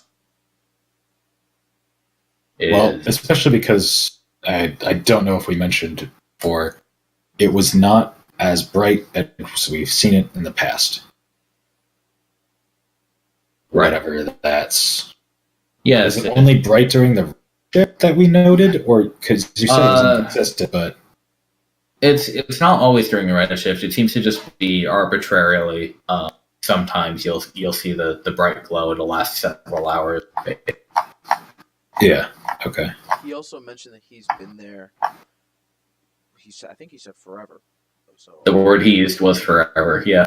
I don't know if that was just like a colloquial sense of the word, or if he's lost track of all time, or if there's no way for us to determine how old he is.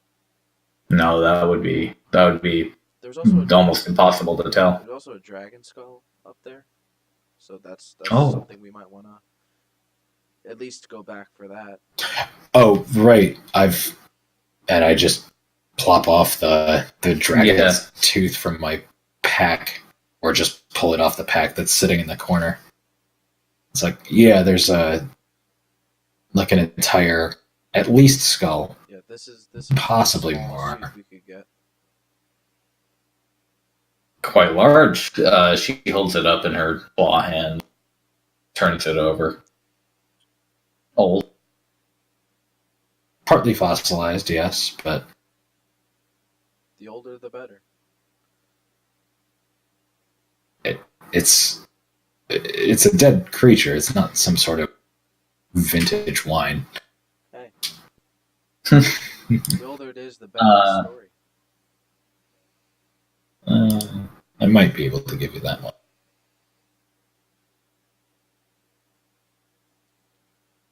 We'll have to have Dex take a look at the dragon bone as well then.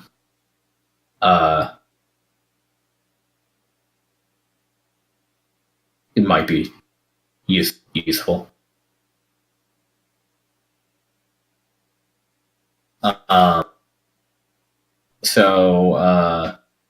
Yeah, other than that, I don't think you guys had too much that you needed to report. No, I think that was mostly it. A little bit later, you guys can receive your usual benefits from these quests.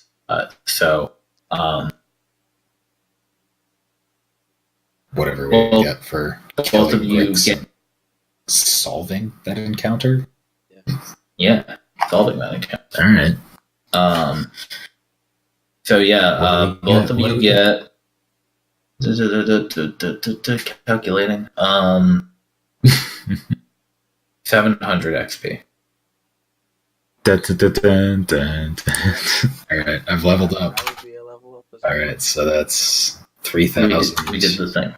70 experience. Okay, and both of you get 15 marks as payment for your expedition. Okay. Oh, you've upped it. Wow. It's been that depends on the task.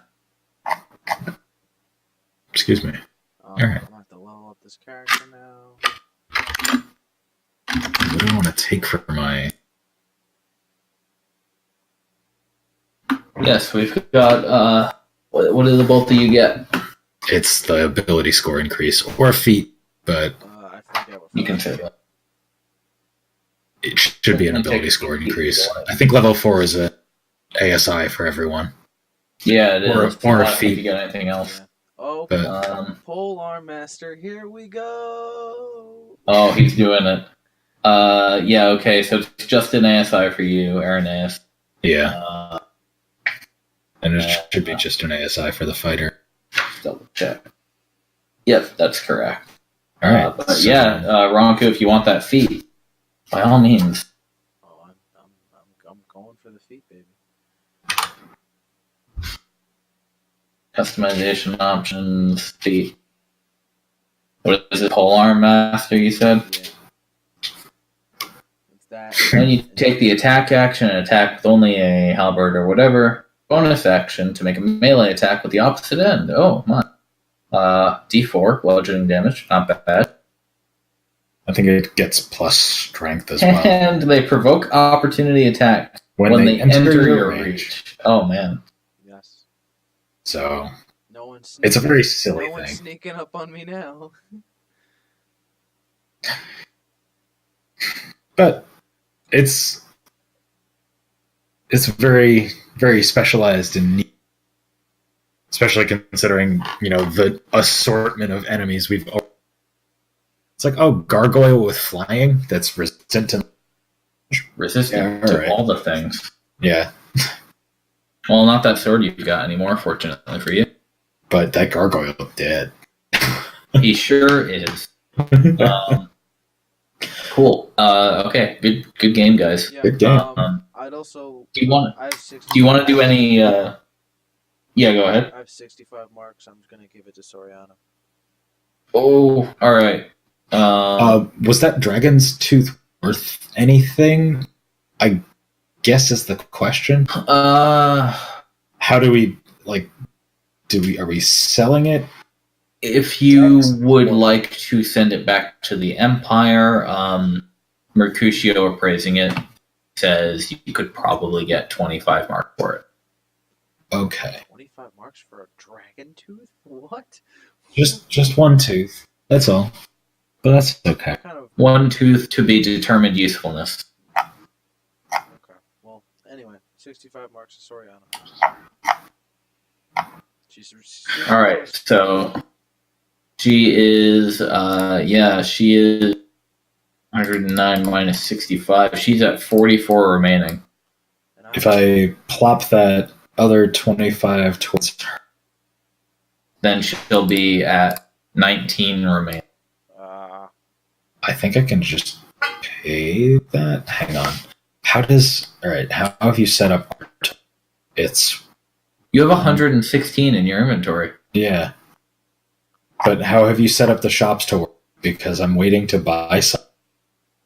What do you ask? What are you waiting to buy? Just better leather armor.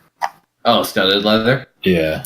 So you'd need to get the armor smith to level 2 for that. Just level 2. Yeah. Okay. Because that's AC 12, right? Yes. Base AC 12. Yeah. Limited. So that would be a while. It would be a little while. Not a whole lot. For now, you've given her 90 today. So she's at 19 remaining. Oh, that's right, because the shop is only 25 times what it is, right? That's how or maybe you're doing it exponentially. I don't know.